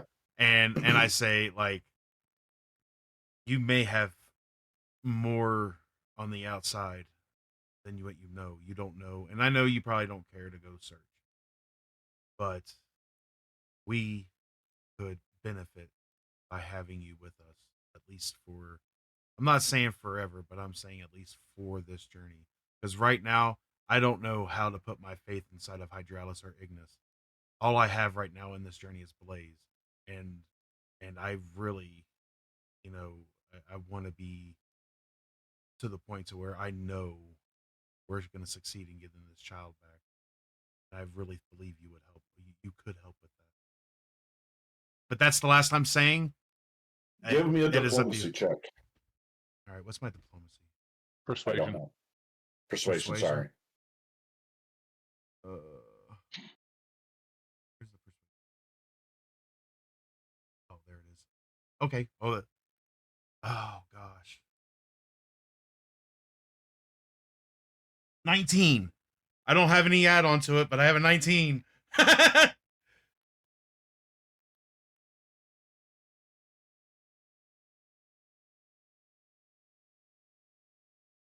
She looks at you and sighs.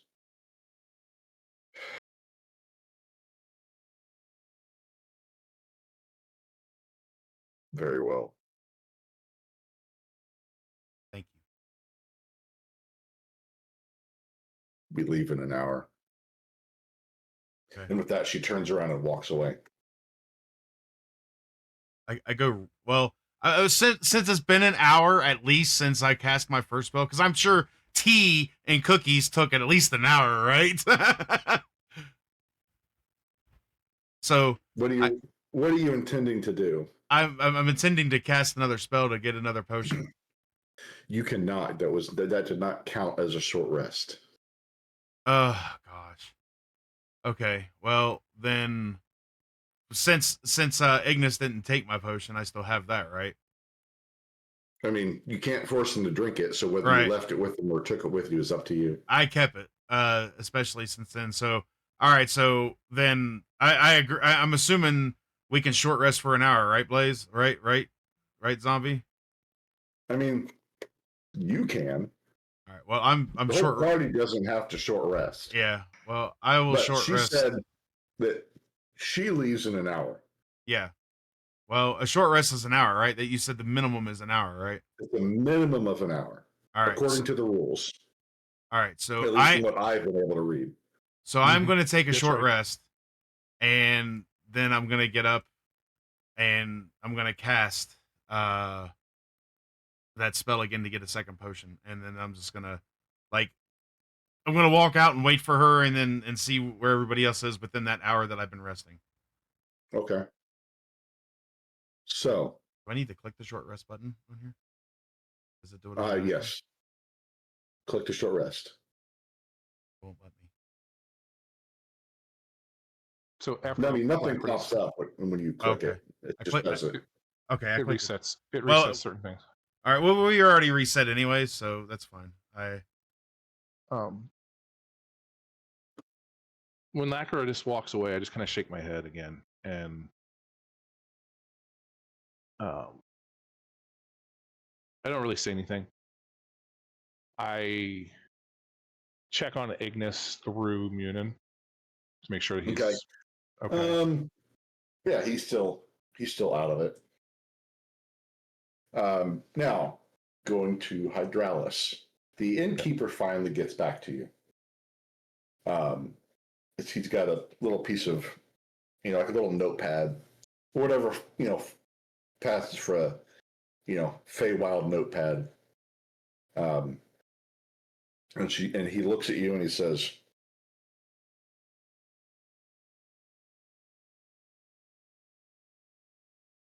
"This was unfortunate." Hydralis, he rubs his forehead a little bit.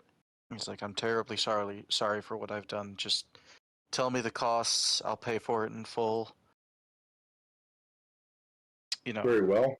He kind of looks through everything and he says, "Most of this is trivial. However, the property damage isn't significant, but it's not nothing." And so he kind of stops and he thinks a little bit and he says, "How about this?" He kind of looks down at your coin purse and says, "It's none of that. How about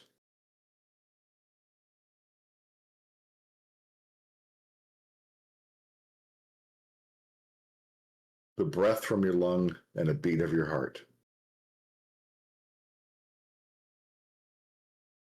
Hydralis, he crosses his arms and he kind of stiffens up and he says, pray tell what you mean by that. Are you implying labor or are you implying more fey tricks?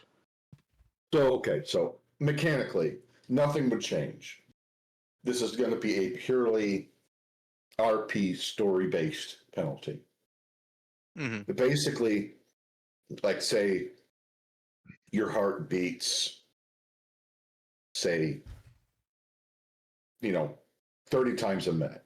Whether I don't know how fast a dragonborn heart beats. That's not exactly in the player's handbook. Yeah. A beat of your heart basically would mean instead of beating 30 times a minute, it would beat 29.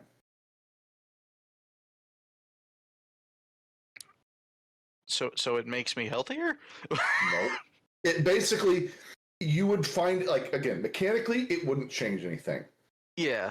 But you would find it when you're really exerting yourself, you get winded and tired just a little easier.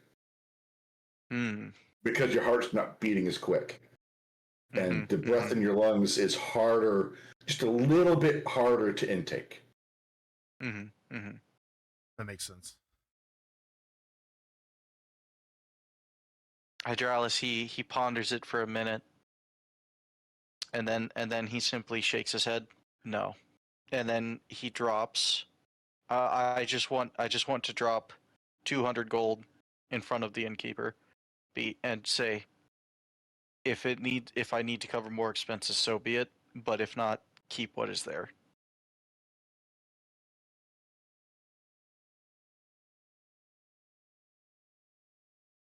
Are you trying to persuade him of this? No, I am denying his offer, and I'm giving him the 200 gold. He looks down at the coin purse and then up at you. Or do you just drop it and walk away? I set it down in front of him, and then I'll wait for an answer. So he kind of looks down at it and then back up at you and says, "That is not the bill that is owed due."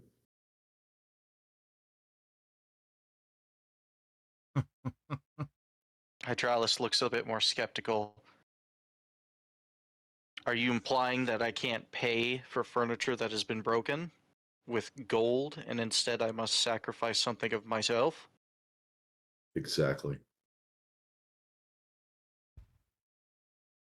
Hydraulis, I don't know if the innkeeper could see, but he grips his shoulders or his biceps a little more in not quite noticeable like tension and frustration, but like he's very clearly not a fan of this idea. Okay. And he says, I will say this one more time. Either I will offer gold or labor, but I am not offering myself.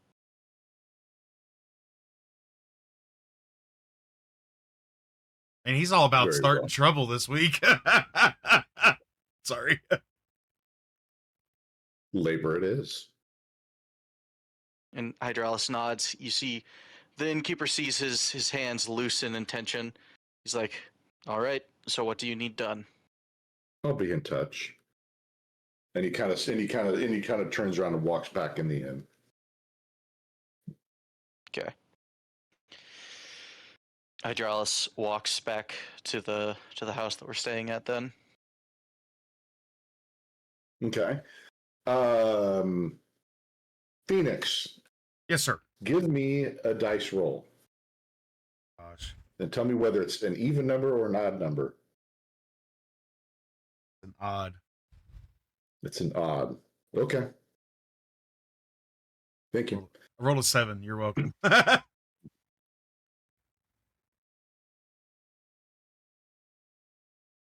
So, we know what Phoenix is currently doing. He is sitting down at the table and taking a short rest. What about, and Ignis is unconscious. So that leaves Hydraulis and Blaze. Well, Blaze knows what the plan is because he was there Yes. when I'll be leaving in an hour. Yes. During my short rest, can I link with Blaze? In what way? I mean, Just like with the coin, just with I'm Blaze. I'm not into that kind of a thing. I mean, just oh, we went with the point. My bad. It's not what you said last week. Yeah, But the Fae would still hear you though, right? I don't care if the Fae Hasn't hears that me. kind of been the whole? I don't want Okay. you to hear me. Oh, fair enough. So is that okay? Am I able to do that during my short rest? Yeah. Okay. I link with Blaze. Hey. This is just you and I talking, brother. Right now I can't trust him. I can't trust either one of them.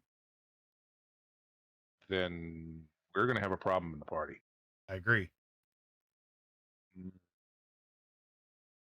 You don't suppose he'll just set this one out, right? No, and I wouldn't ask him to do that either. Can you absolutely say you trust him after what just happened? 100%.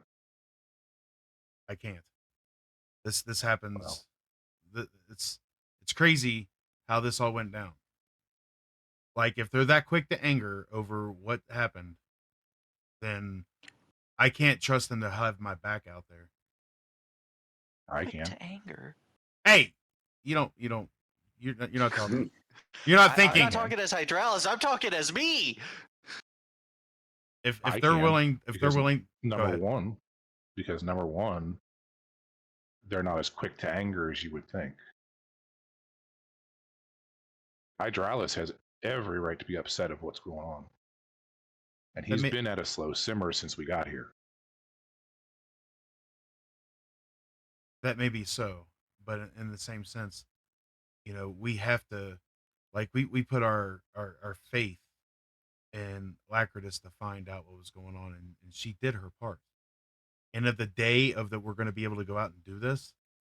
They do this. Like, I just I don't understand it, man.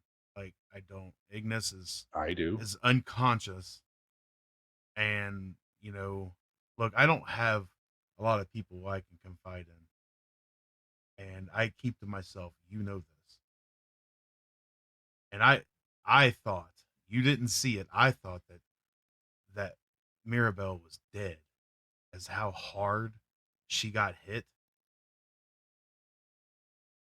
But thankfully, it was further from the truth. All I'm saying is this: that trust was broke today from them. I can understand people getting roused up, and I understand, you know, he's upset about the whole, what was that time thing called? Just, we called it the artifact. Oh, okay, yeah. I understand he's upset about the artifact and everything, and that he feels helpless. But that is not the mindset of a paladin. And I'm sorry. I just, until further notice, I can't. I just I don't want to have like those two watching my back, because who's to say they're not going to turn on it? So that being said, I'll 100% be out there doing my best, but they're going to have to earn that back with me. And this is just between you and I. Well, and the Fae. it's and I say, and it's, let's be clear.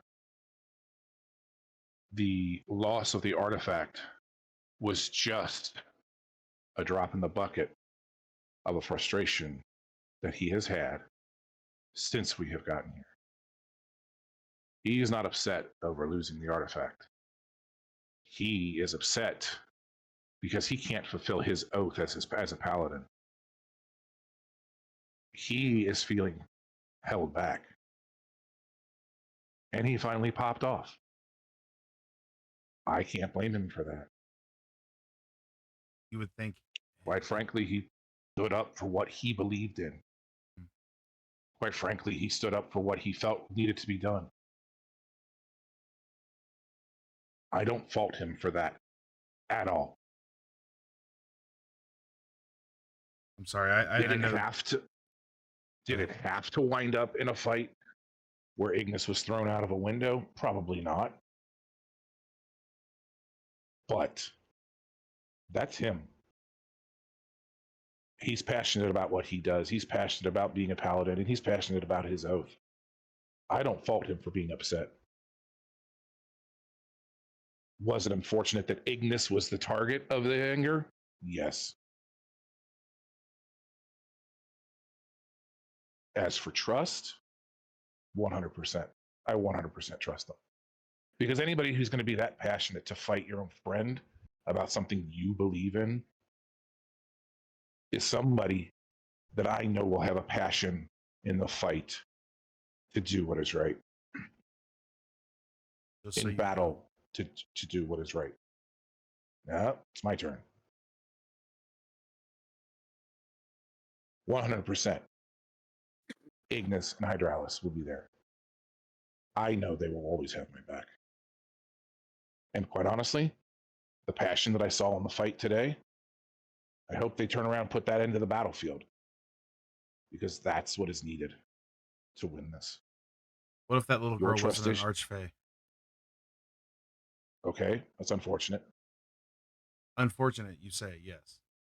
But do you think Hydralis could have lived with that? Like, mortally injuring a he already can't. Child? He already can't. You saw how he reacted when he saw her on the ground before she transformed to her true form. But then he got angry again. That's it. He may have calmed down for a second, but that was it.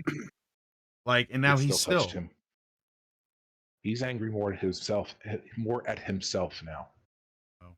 than anybody else. I'll say this, and then this will be it for me. I will go out and do this, and I will 100% protect everybody I can. But as for trust, that's fallen today. Well, Between the two of them, they need to work some stuff out even more without laying hands on each other like they did. The same. your trust issues are your own. I'm glad you may trust them. But You do how you feel is needed. I'm not going to lose faith in them.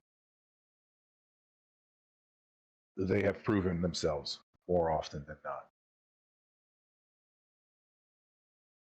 we'll see. Nothing's going to change out there for me when it comes to protecting the party. I will do everything. I will lay my life down for any of you guys. Maybe not Ayla, but she's always a no-show. No, I'm just kidding. I didn't. But anyways, no matter what, I will protect you guys. But my feelings toward them has changed. I wanted you to be aware. I wanted to get your thoughts. That's it. Well, that's your issue. And I close the link. I mean, I was already having the link closed, so I did it first. No. So, my main question is: anybody telling that you leave in an hour to Hydraulis and Ignis? I mean, I'm not, but I haven't had a chance to yet. Okay. To be fair, I haven't had a chance to yet. He started the conversation when prior to that conversation being started, I was on my way in to physically check on Ignis to make sure that he's still okay, even though I can see him through my bird. Yeah. And Hydraulis has been at the inn. So I go in and I kind of rouse Ignis a little bit to kind of get him Okay. a little bit conscious and to tell him that, he's got about an hour to rest. So I do open my eyes a little bit. It's more of a blank expression. But quick question to the DM. Yes. Do I restore any hit points, like some amount, like a little bit, full? Like what are we looking at here? So Or am I basically, treat it as a short rest.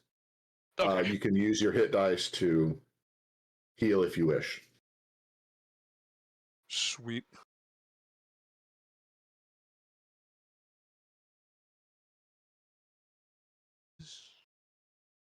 And then I don't know, is Hydraulis on his way back or has he gotten back? I was gonna say once I was done with the innkeeper, I do just head straight back to the house. Okay. So yeah, as you're coming down from checking in on Ignis, you see him enter the front door. Okay. And I tell him, hey, just expedience. Hey, we got about an hour to kill before we meet Lacris. Hydraulis nods, and the first thing he does is he looks for a broom and he starts sweeping up the glass outside on the porch of the house.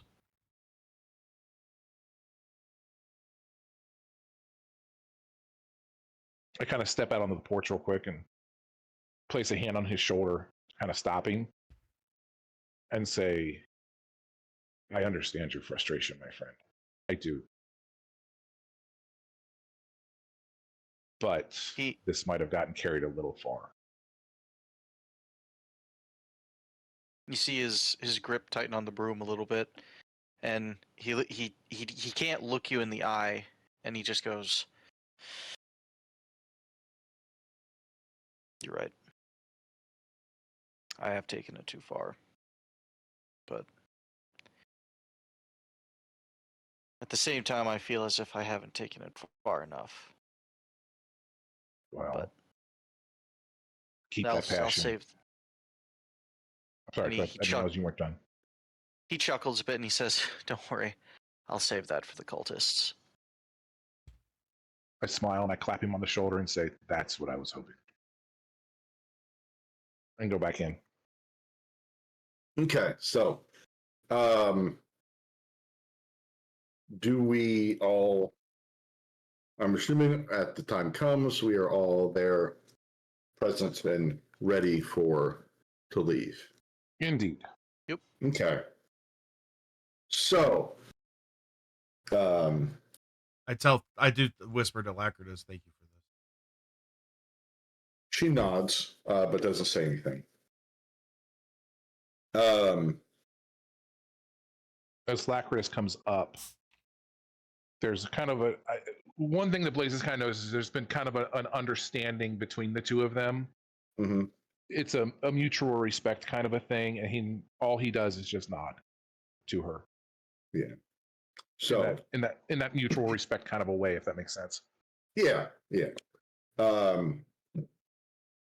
So you guys head out. She tells you that the crypt you're looking for is about a little over a day and a half's walk from here.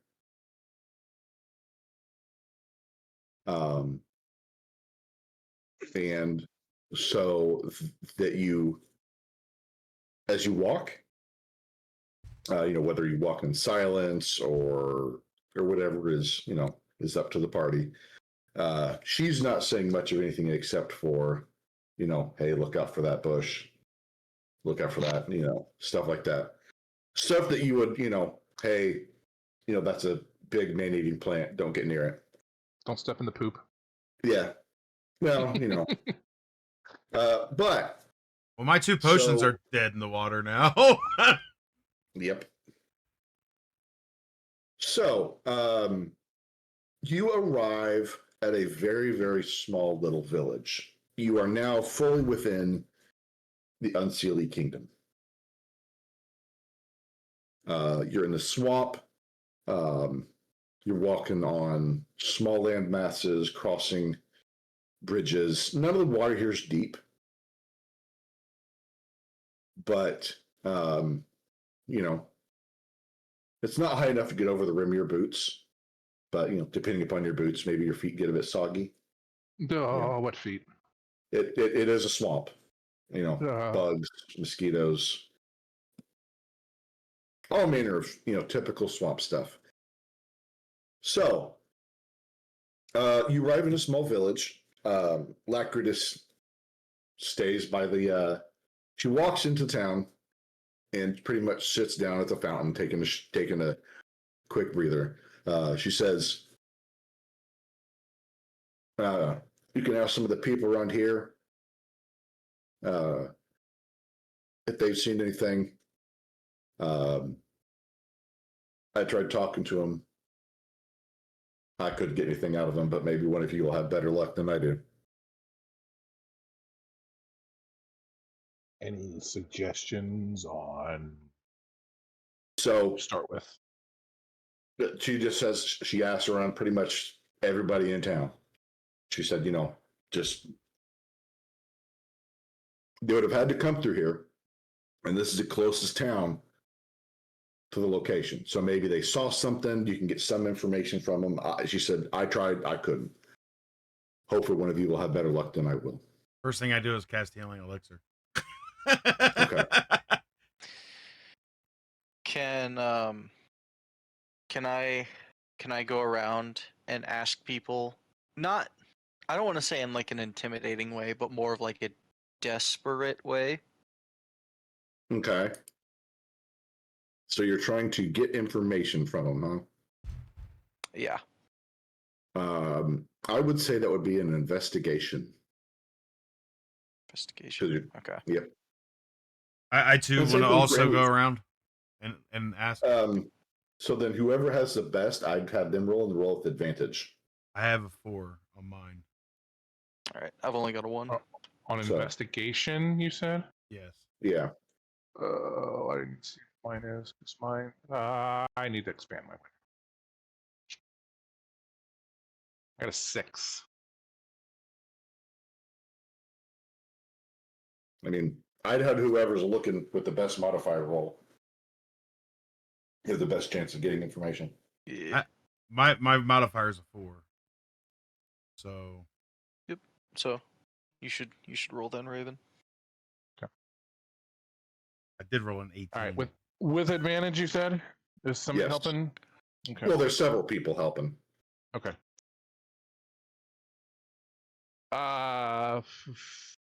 20, 23. Oh, I rolled a 22 altogether. Dang it. Well, only one of you rolls. I know. I'm just doing it for the fun, you know. So, okay. So, as you're asking around, you find somebody that finally is willing to open up to you. He goes, "Yeah, there was some oddly dressed first human that came through here, a little over a week ago. He was on horseback. He did have some burlap sack with him that seemed to be moving a bit too much to be simple farming goods as he claimed it to be. He looked kind of dangerous, so we all just kind of left him be. My guess is he stayed. There's an old shack outside just on the outskirts of town. Rumor was he stayed there for a night before heading on in the morning. Welcome to check it out. He points it out to him, or to Blaze. He points it out to you. Mm-hmm. Um, mention of. Oh, sorry. I was just gonna say. I'm assuming you go to check it out. Yeah. Before we do that, Okay. though, at the mention of the burlap sack that was moving a little bit too much than it should be, I can feel Hydralis tense kind of behind me, and I just kind of hold my hand out to the side to kind of hopefully calm him for a second. And yeah, I tell the guy thank you, and I offer him a gold for the information that he gave us, and go to check out the shack. Okay.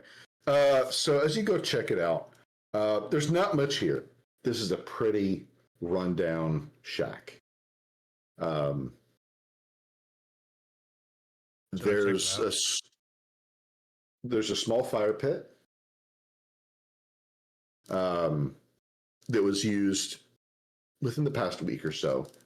It's not warm, but you can tell that the charred wood and stuff like that is somewhat recent. You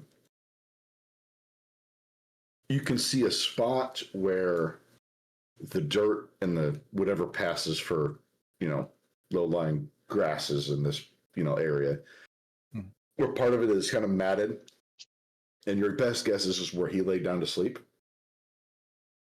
But you do see around, like, the center pole for this hut, there's a piece of rope that is tied to it. And as you kind of inspect it, you see that clearly someone's hands or feet, two small things were tied to this rope and tied to the pole. It looks like there was a struggle, and you see that post, kind of where the rope's a bit frayed, and the post looks like it's been worn a little bit. You do see a couple small drops of blood on the wall. Now, whose blood it is, there's no way of knowing. But based off of what you can figure out is one of a couple things either happened. Either he found her trying to escape, smacked her, told her to stop, and her lip blood and a couple drops of blood, splattered on the wall. Or she bit him or something like that, and he bled, she drew a little blood, and ow, that hurt! His couple of his drops of blood splattered on the wall. Whose blood it is, you don't know. But so I turn to Hydralis and I say, I hate to ask you to be a bloodhound, but Do you I was smell thinking the same same thing. Do you And he smell grabs same the rope. scents? Yep, he grabs the rope before Raven can even finish, and he immediately sniffs it to see if I can track the scent. Whatever scent is on here is too faint. The smell of the swamp and the mildew and all that is just too overpowering for whatever scent may be have been on this rope. Hydraulis tosses it to the ground. He walks out of the shed, walking on it and burying it deeper into the mud.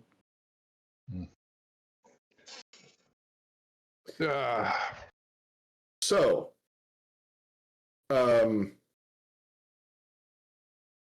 let's see. Let me give a dice roll real quick. Okay. Ignis, as you're kind of standing there, you're kind of standing on the outskirts of this, this little small settlement. I'm assuming you're with everybody else. Yeah. I this whole ever since the fight, I've just never uttered a single word. Wore my hood Okay. a little lower. Yeah, just being isolated right now. Yeah. So you feel someone walking up to you. As you kind of, and it's clear they're walking towards you. Not like they're walking towards you, but they're gonna, you can clearly tell when someone's walking towards you or just towards you in your general direction. She approaches you and she looks a little panicked. And as she gets not right up in your face, she's within a decent talking distance. You begin to, she looks scared. And she says, can you help me, please? There's somebody keeps following me and I need someone to help me. Okay. So during this whole trip, yeah, I've been as blank as a robot, but yeah, after once this happens, my eyes soften a bit, and for the first time in this whole walking trip, I was like, what's wrong? So there's How do you want this. us to help? So she tells you that there's this guy from a neighboring village that keeps pursuing her despite her best efforts to get him to leave her alone. Well, she says that last night he came to her and she shows you kind of her wrist. And it looks like it's a bit bruised. But she said, so I told to get him to leave me alone. I had to tell him that I was married. He's looking for me. Can you just play that part for a bit so I can get him to leave me alone? All right. Well, okay. Out of game, I'm obviously flabbergasted, but in game, I am taken aback, but not as much as I am. Ignis's eyes kind of widen, but at this point, he's just so tired, but he still wants to help that he's just kind of nods his head. His eyes widen a bit, but he still agrees. So, you promise? why? Jeez, you want a pinky promise or something? Oh no, that's fine. This is great. Oh, she kind of places her hand over her heart and kind of breathes a sigh of relief, and she kind of quickly looks over and goes, "There he is," and kind of points at someone who's kind of come around one of the other small buildings in the village, and he's kind of looking for something. And when he kind of looks at her, sees her with you, she kind of immediately clings to your arm and looks up at you in kind of like a very cliche-ish, batting the eyelashes and like, oh, type of thing. And he kind of, yeah. I'm way too emotionally drained for this. And Hold on, so, zombie. I didn't hear that all. Could you do that again? no. Request denied. You should have clipped it when you had the chance. I did. with you reaching your head back and actually doing it was even better. Yeah. Well, so she, as he kind of goes, as the guy around the hut, he goes, fine, and he storms off. She lets go of your arm and kind of looks up and says, thank you so much. Want to get married? No. And so, have we seen this transpire? The rest of us. I was about to ask that. So, I'll say that you didn't initially, but kind of as you begin to process the fact that he's talking to someone out there, I would say you kind of listened in. Okay.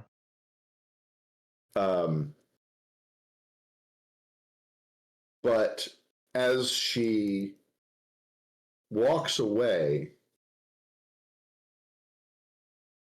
no, sorry. As she lets go of your arm, she grabs your hand and places a folded up piece of parchment into it and then walks away. What? I kind of come out from where I'm at, and I say, well, first I have Munin follow the girl for a few minutes. Okay. I look at Ignis and I say, check your pockets. I check my Make pockets. sure there's nothing missing. Your pockets are not. In fact, there is something else in your pocket that you didn't know was there before. Huh. She didn't pickpocket you. She put something in your pockets as opposed to take something out. I check my pocket for this item or something. So as you begin to start checking your pouches and your pockets and all that other stuff, and you find that everything's there, but then you finally feel it, and it's a ring. It's a simple wooden band. It's not a rock band, it's a wooden band. It's a wooden band. Sorry, I had to.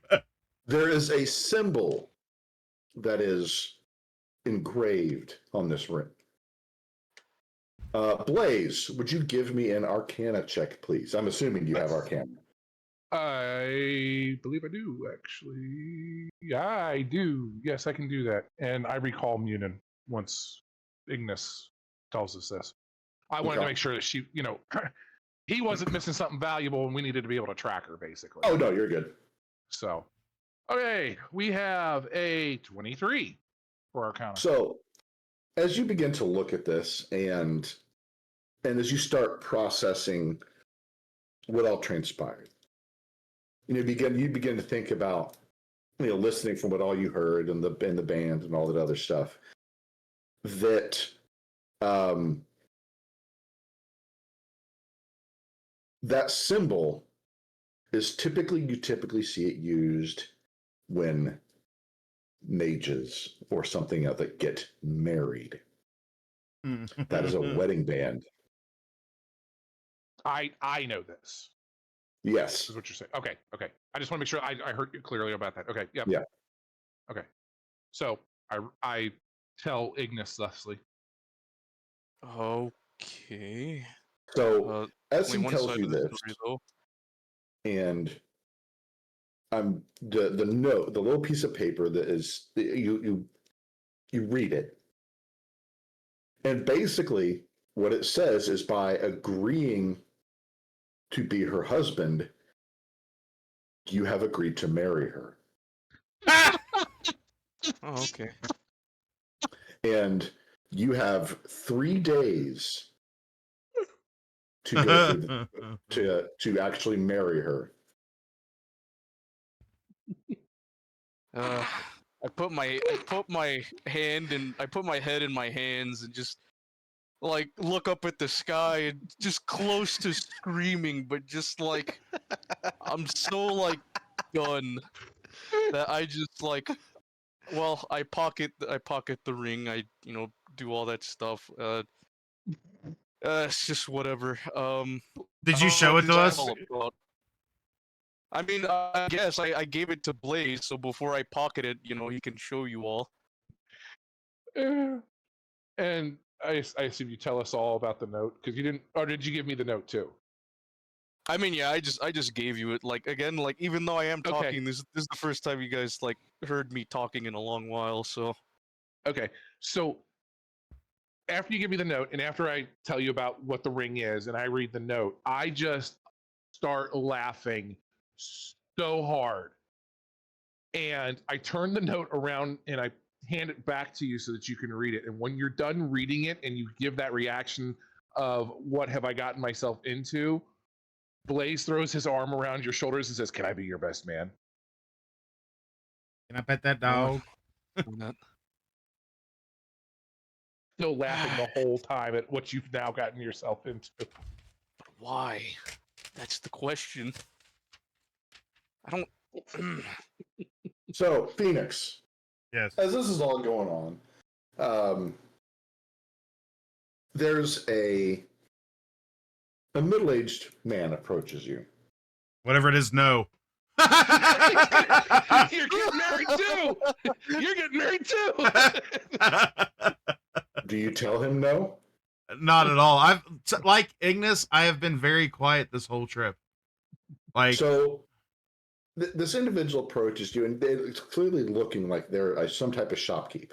There's some type of, they sell wares. mhm. And he says, "Please, sir, may I have your attention for a moment?" What is it you request of me? What do you need? Please, I just need a moment of your attention, and I can to show you these things. But a person of your caliber would be interested in them. Salesman, you are. It's clean. Get done with it. Cold. Hold on a second. Pause. Now that's what I call high quality ATL. Guys, that literally those alerts and stuff like that are completely off the rail, Z. So go ahead and give that back to yourself. Appreciate it, but I forgot to turn off the alerts. So no alerts during this. Just FYI.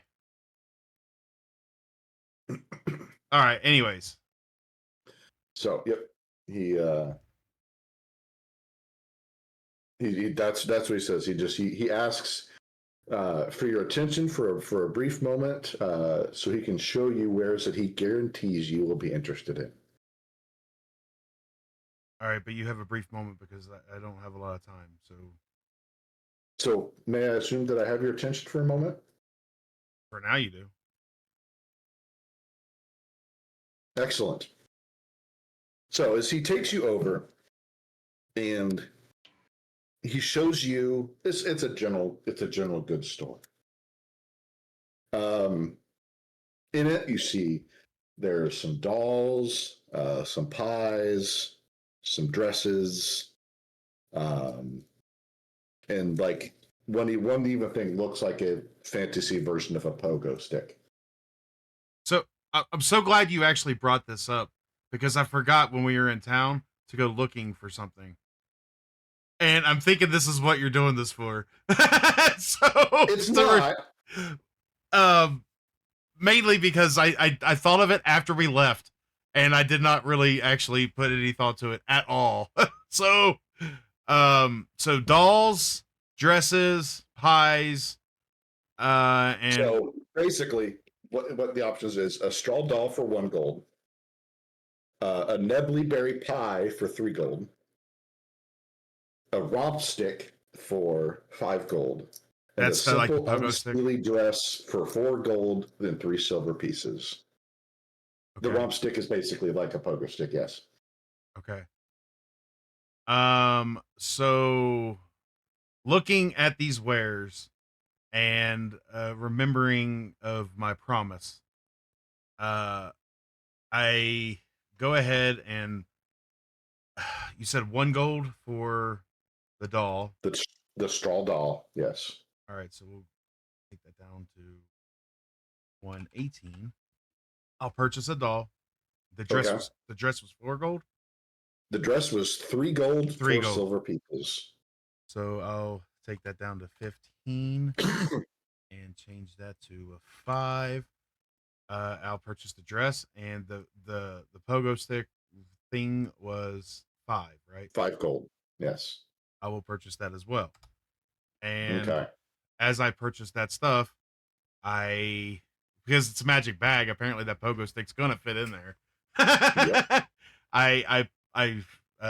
First I before I go through with the purchase, I check and I look at the guy and I said, "There's nothing like ridiculous about these things, right? Like magical or anything. They're just items, right? They're Of course not. They're just it's a simple doll that the kids of our village play with, and he gestures outside and you see a couple kids, on the romp sticks, bouncing down the little path.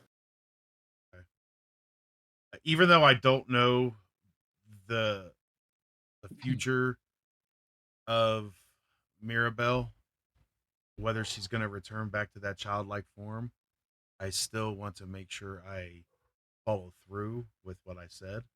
So I do purchase all these items, and I thank him. I flat out told him, I was like, I have no need for the pie.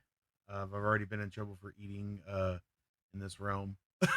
I'm thinking to myself, I've already had trouble with food, getting food. So no, I pass on the food, but I bought the 3 items, and I just so after, yeah, I just purchased them, and then before, I don't want him to see me with that pouch, so I just kind of hold the items for the time being.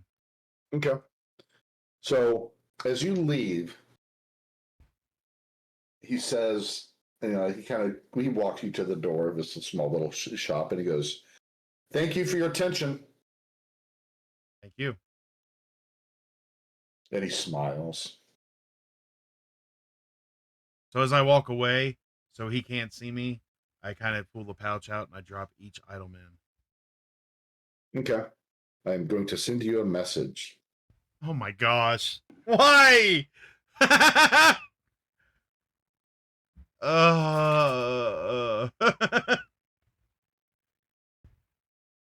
Check your pockets. Nope. It's always something. This is why I so should have bad. turned him away. So badly wanted to interrupt, and when you said he takes you over to the thing, and I was about to butt in and say, and then drops down on one knee. I was gonna ask if he had any wooden rings.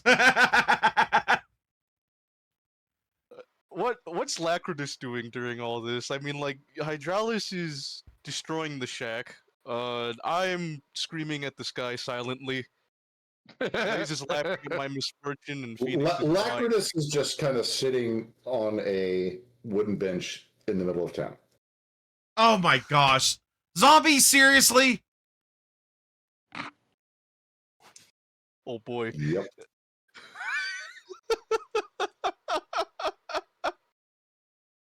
I do not like you. Oh. Like, at all right now. And what an episode to be taking strides, huh? I don't even know how to change that. Oh, I can do it. They don't know. They don't get to know. Nope. We don't get to. He's married too. Hmm. Oh, how quaint. Why would you do this to me? Seriously.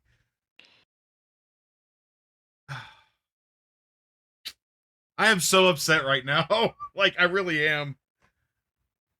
Ugh. It can be fixed. It said permanently. Yeah, but nothing is permanent. Oh my gosh. I don't know about that, man. Marriages, even after they're over, the scars still remain. Amen to that. Amen to that. What do You you wanna mean fixed? you wanna talk So- about these scars? So after Blaze wipes his eyes from laughing at Ignis for a few minutes, he looks at him and he asks him, you know, what do you want to do? Hold on, zombie. Would I feel this, or would it just? You notice as he walks, as you notice it when he says, "Thank you for your attention," is when you feel is when you notice. Okay. Gosh. Anyways, go ahead, Blaze. I just lower my hood even more. I don't know how to fix this. I don't know how to fix anything as of late. But here I am anyways. I pat him on the shoulder and it's like, all right, They even know what let's. they're getting themselves into. It was really not the time for this. Just so you know, we are talking about this in Tavern Talk. Uh-huh. Oh yeah. I'm sorry, I can't help it. I can't help it. Oh. Look, it sucks. I don't know what's going on with Phoenix over there, but let's Okay. just try and make with what the time we got. At least there's still Right. someone in trouble out there. Yeah, there So- is. But we need to resolve this because Yeah, otherwise bad we'll things get- are going to happen. We need. we'll Well, get- So- no, we have 3 days to resolve this. We don't have the time. As you're kind of sitting here in Phoenix, you eventually work your way back to the group. Your items already deposited in your, sack of patron transportation. The bank of patron Um, transportation. Yes, not for transporting patrons, but to transporting stuff to your patron. As one last thing to do before, as I feel this, I write a note, with the description of what just happened, and I put it also in the bag. Okay.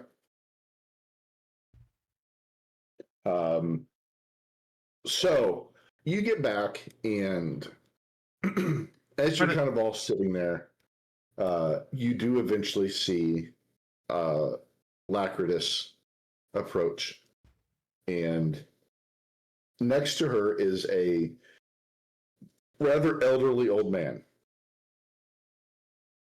and she kind of looks at the scene and goes, "Okay." Like, obviously, like, acknowledging that something has transpired here, but I'm not gonna ask. And she's introduced that this is the elder of this village,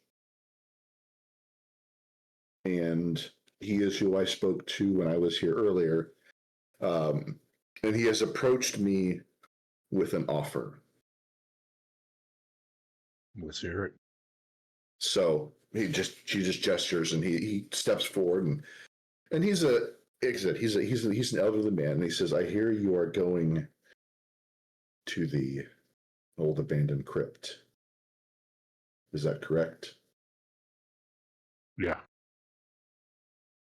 While you are there, I would be most grateful if you could clear it out of any evil or creature that just should not be there, and do your best to clean it up." Indeed, we have not a problem with that. Thank you. If you're if you are successful, and he pulls out a necklace, and you see attached to this necklace is a rather large coin. It looks like about the size of a 50-cent piece. And on it is a symbol of the Unseelie Court.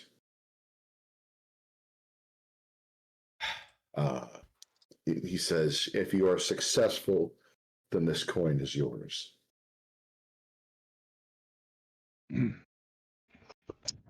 Well, I'd say that's enough motivation. Good. Good. Well, I look forward to your safe return. And with that, he turns around and walks away. So, again, Lacritus basically tells you, she tells you that that is a Unseelie Court coin. That the courts issue these special coins. And they serve as rewards and methods of payment for services done. And they can be exchanged like currency for various things. So she would highly recommend doing what you can to see this done, as earning one of these is a very significant thing.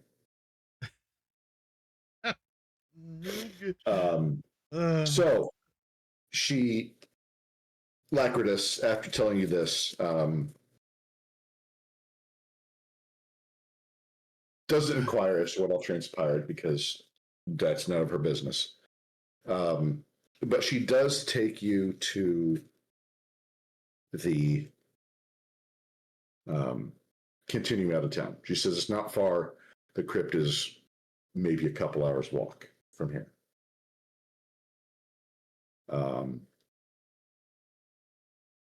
As you approach, she stands a bit back and points it out to you, and you can see it off in the distance. And so this is basically what you see. This crypt was once a nice and well-maintained crypt. Flower beds and trees with paved path, but years of neglect have not been kind. The flowers are all but gone. Only wild and unusual flowers grow, now spilling out from their beds, which are falling apart, and the dirt spills onto the paths. The trees now match the rest of the swamp, dark and wilted. The path can barely be seen through the dirt and leaves strewn about. The waist-high wall that made of once neatly stacked stone is now broken and knocked over in sections.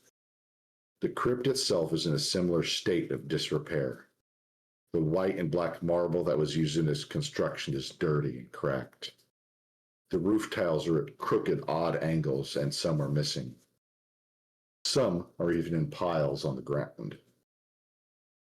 It is clear that nature is reclaiming this bit of land, slowly, one stone at a time. Whoever is buried here is no longer remembered or visited, but they used to be quite loved and valued. As if that wasn't enough, zombies shamble around this site. They walked and act like all the others you have seen.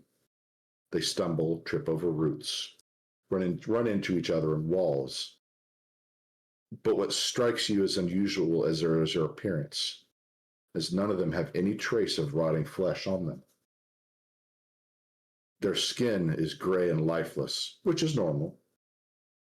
However, their skin is cracked and broken in places, like something was trying to escape from inside their body. In fact, each of them have a unique wound on their body. One escaped One has a massive wound in their chest. The other half their face is missing. One an arm, one a leg. Whatever escaped them did so quite explosively and violently. But more so, each of their faces is frozen in the moment of their deaths. Their faces and hands twisted and contorted in pain and fear. Each of their mouths are open in a scream that can never be heard. It is clear to each of you that every zombie here met their end screaming till their vocal cords snapped. A scream that was only heard by their tormentors. All at once, they turn in unison to look at you. And now that I am reading this, I will show you with a scene. It is at the very top center.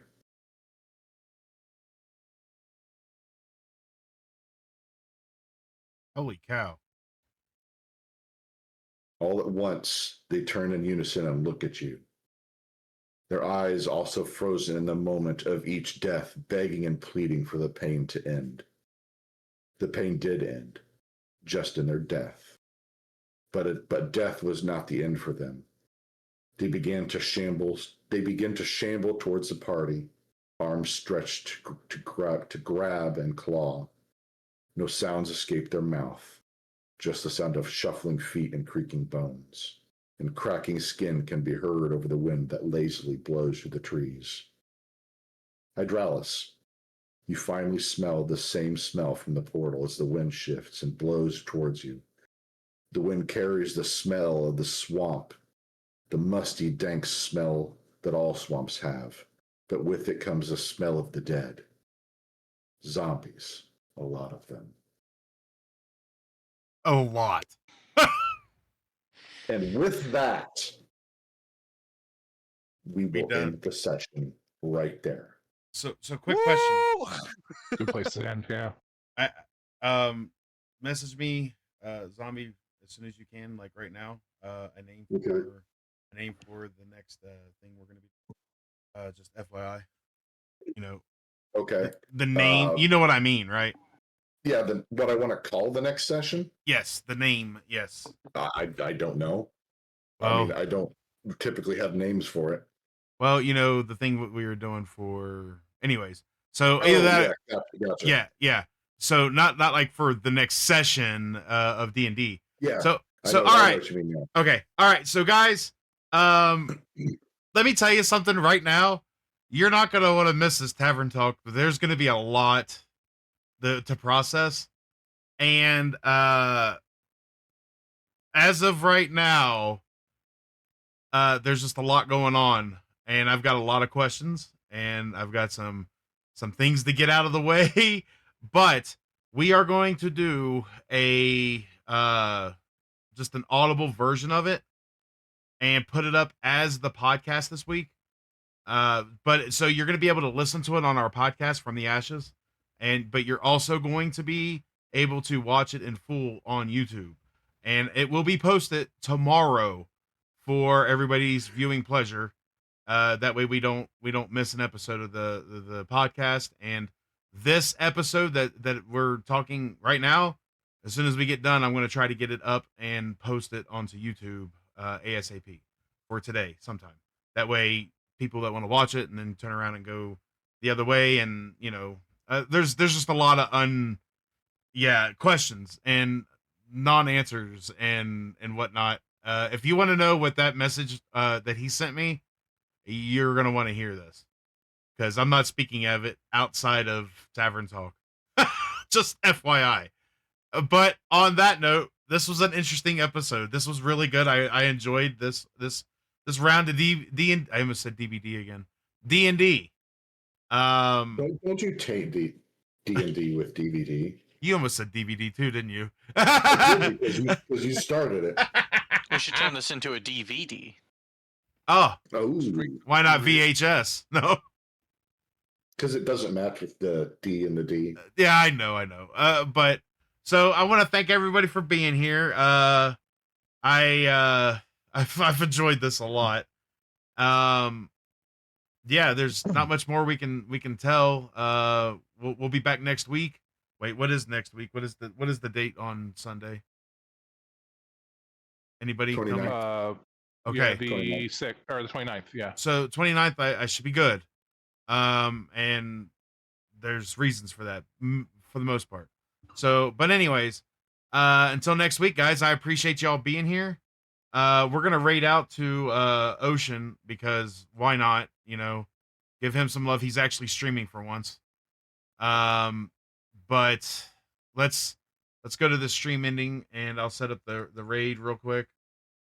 You know, oh my gosh, that's just so much to talk about right now. Yep. So much.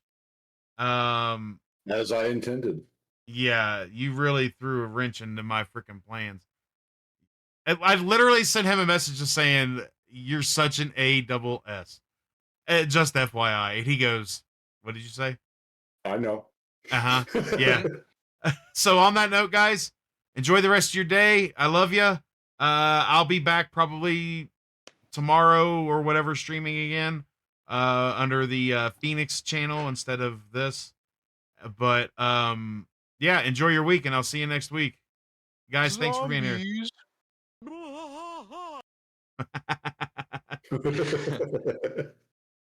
Reading out and oh my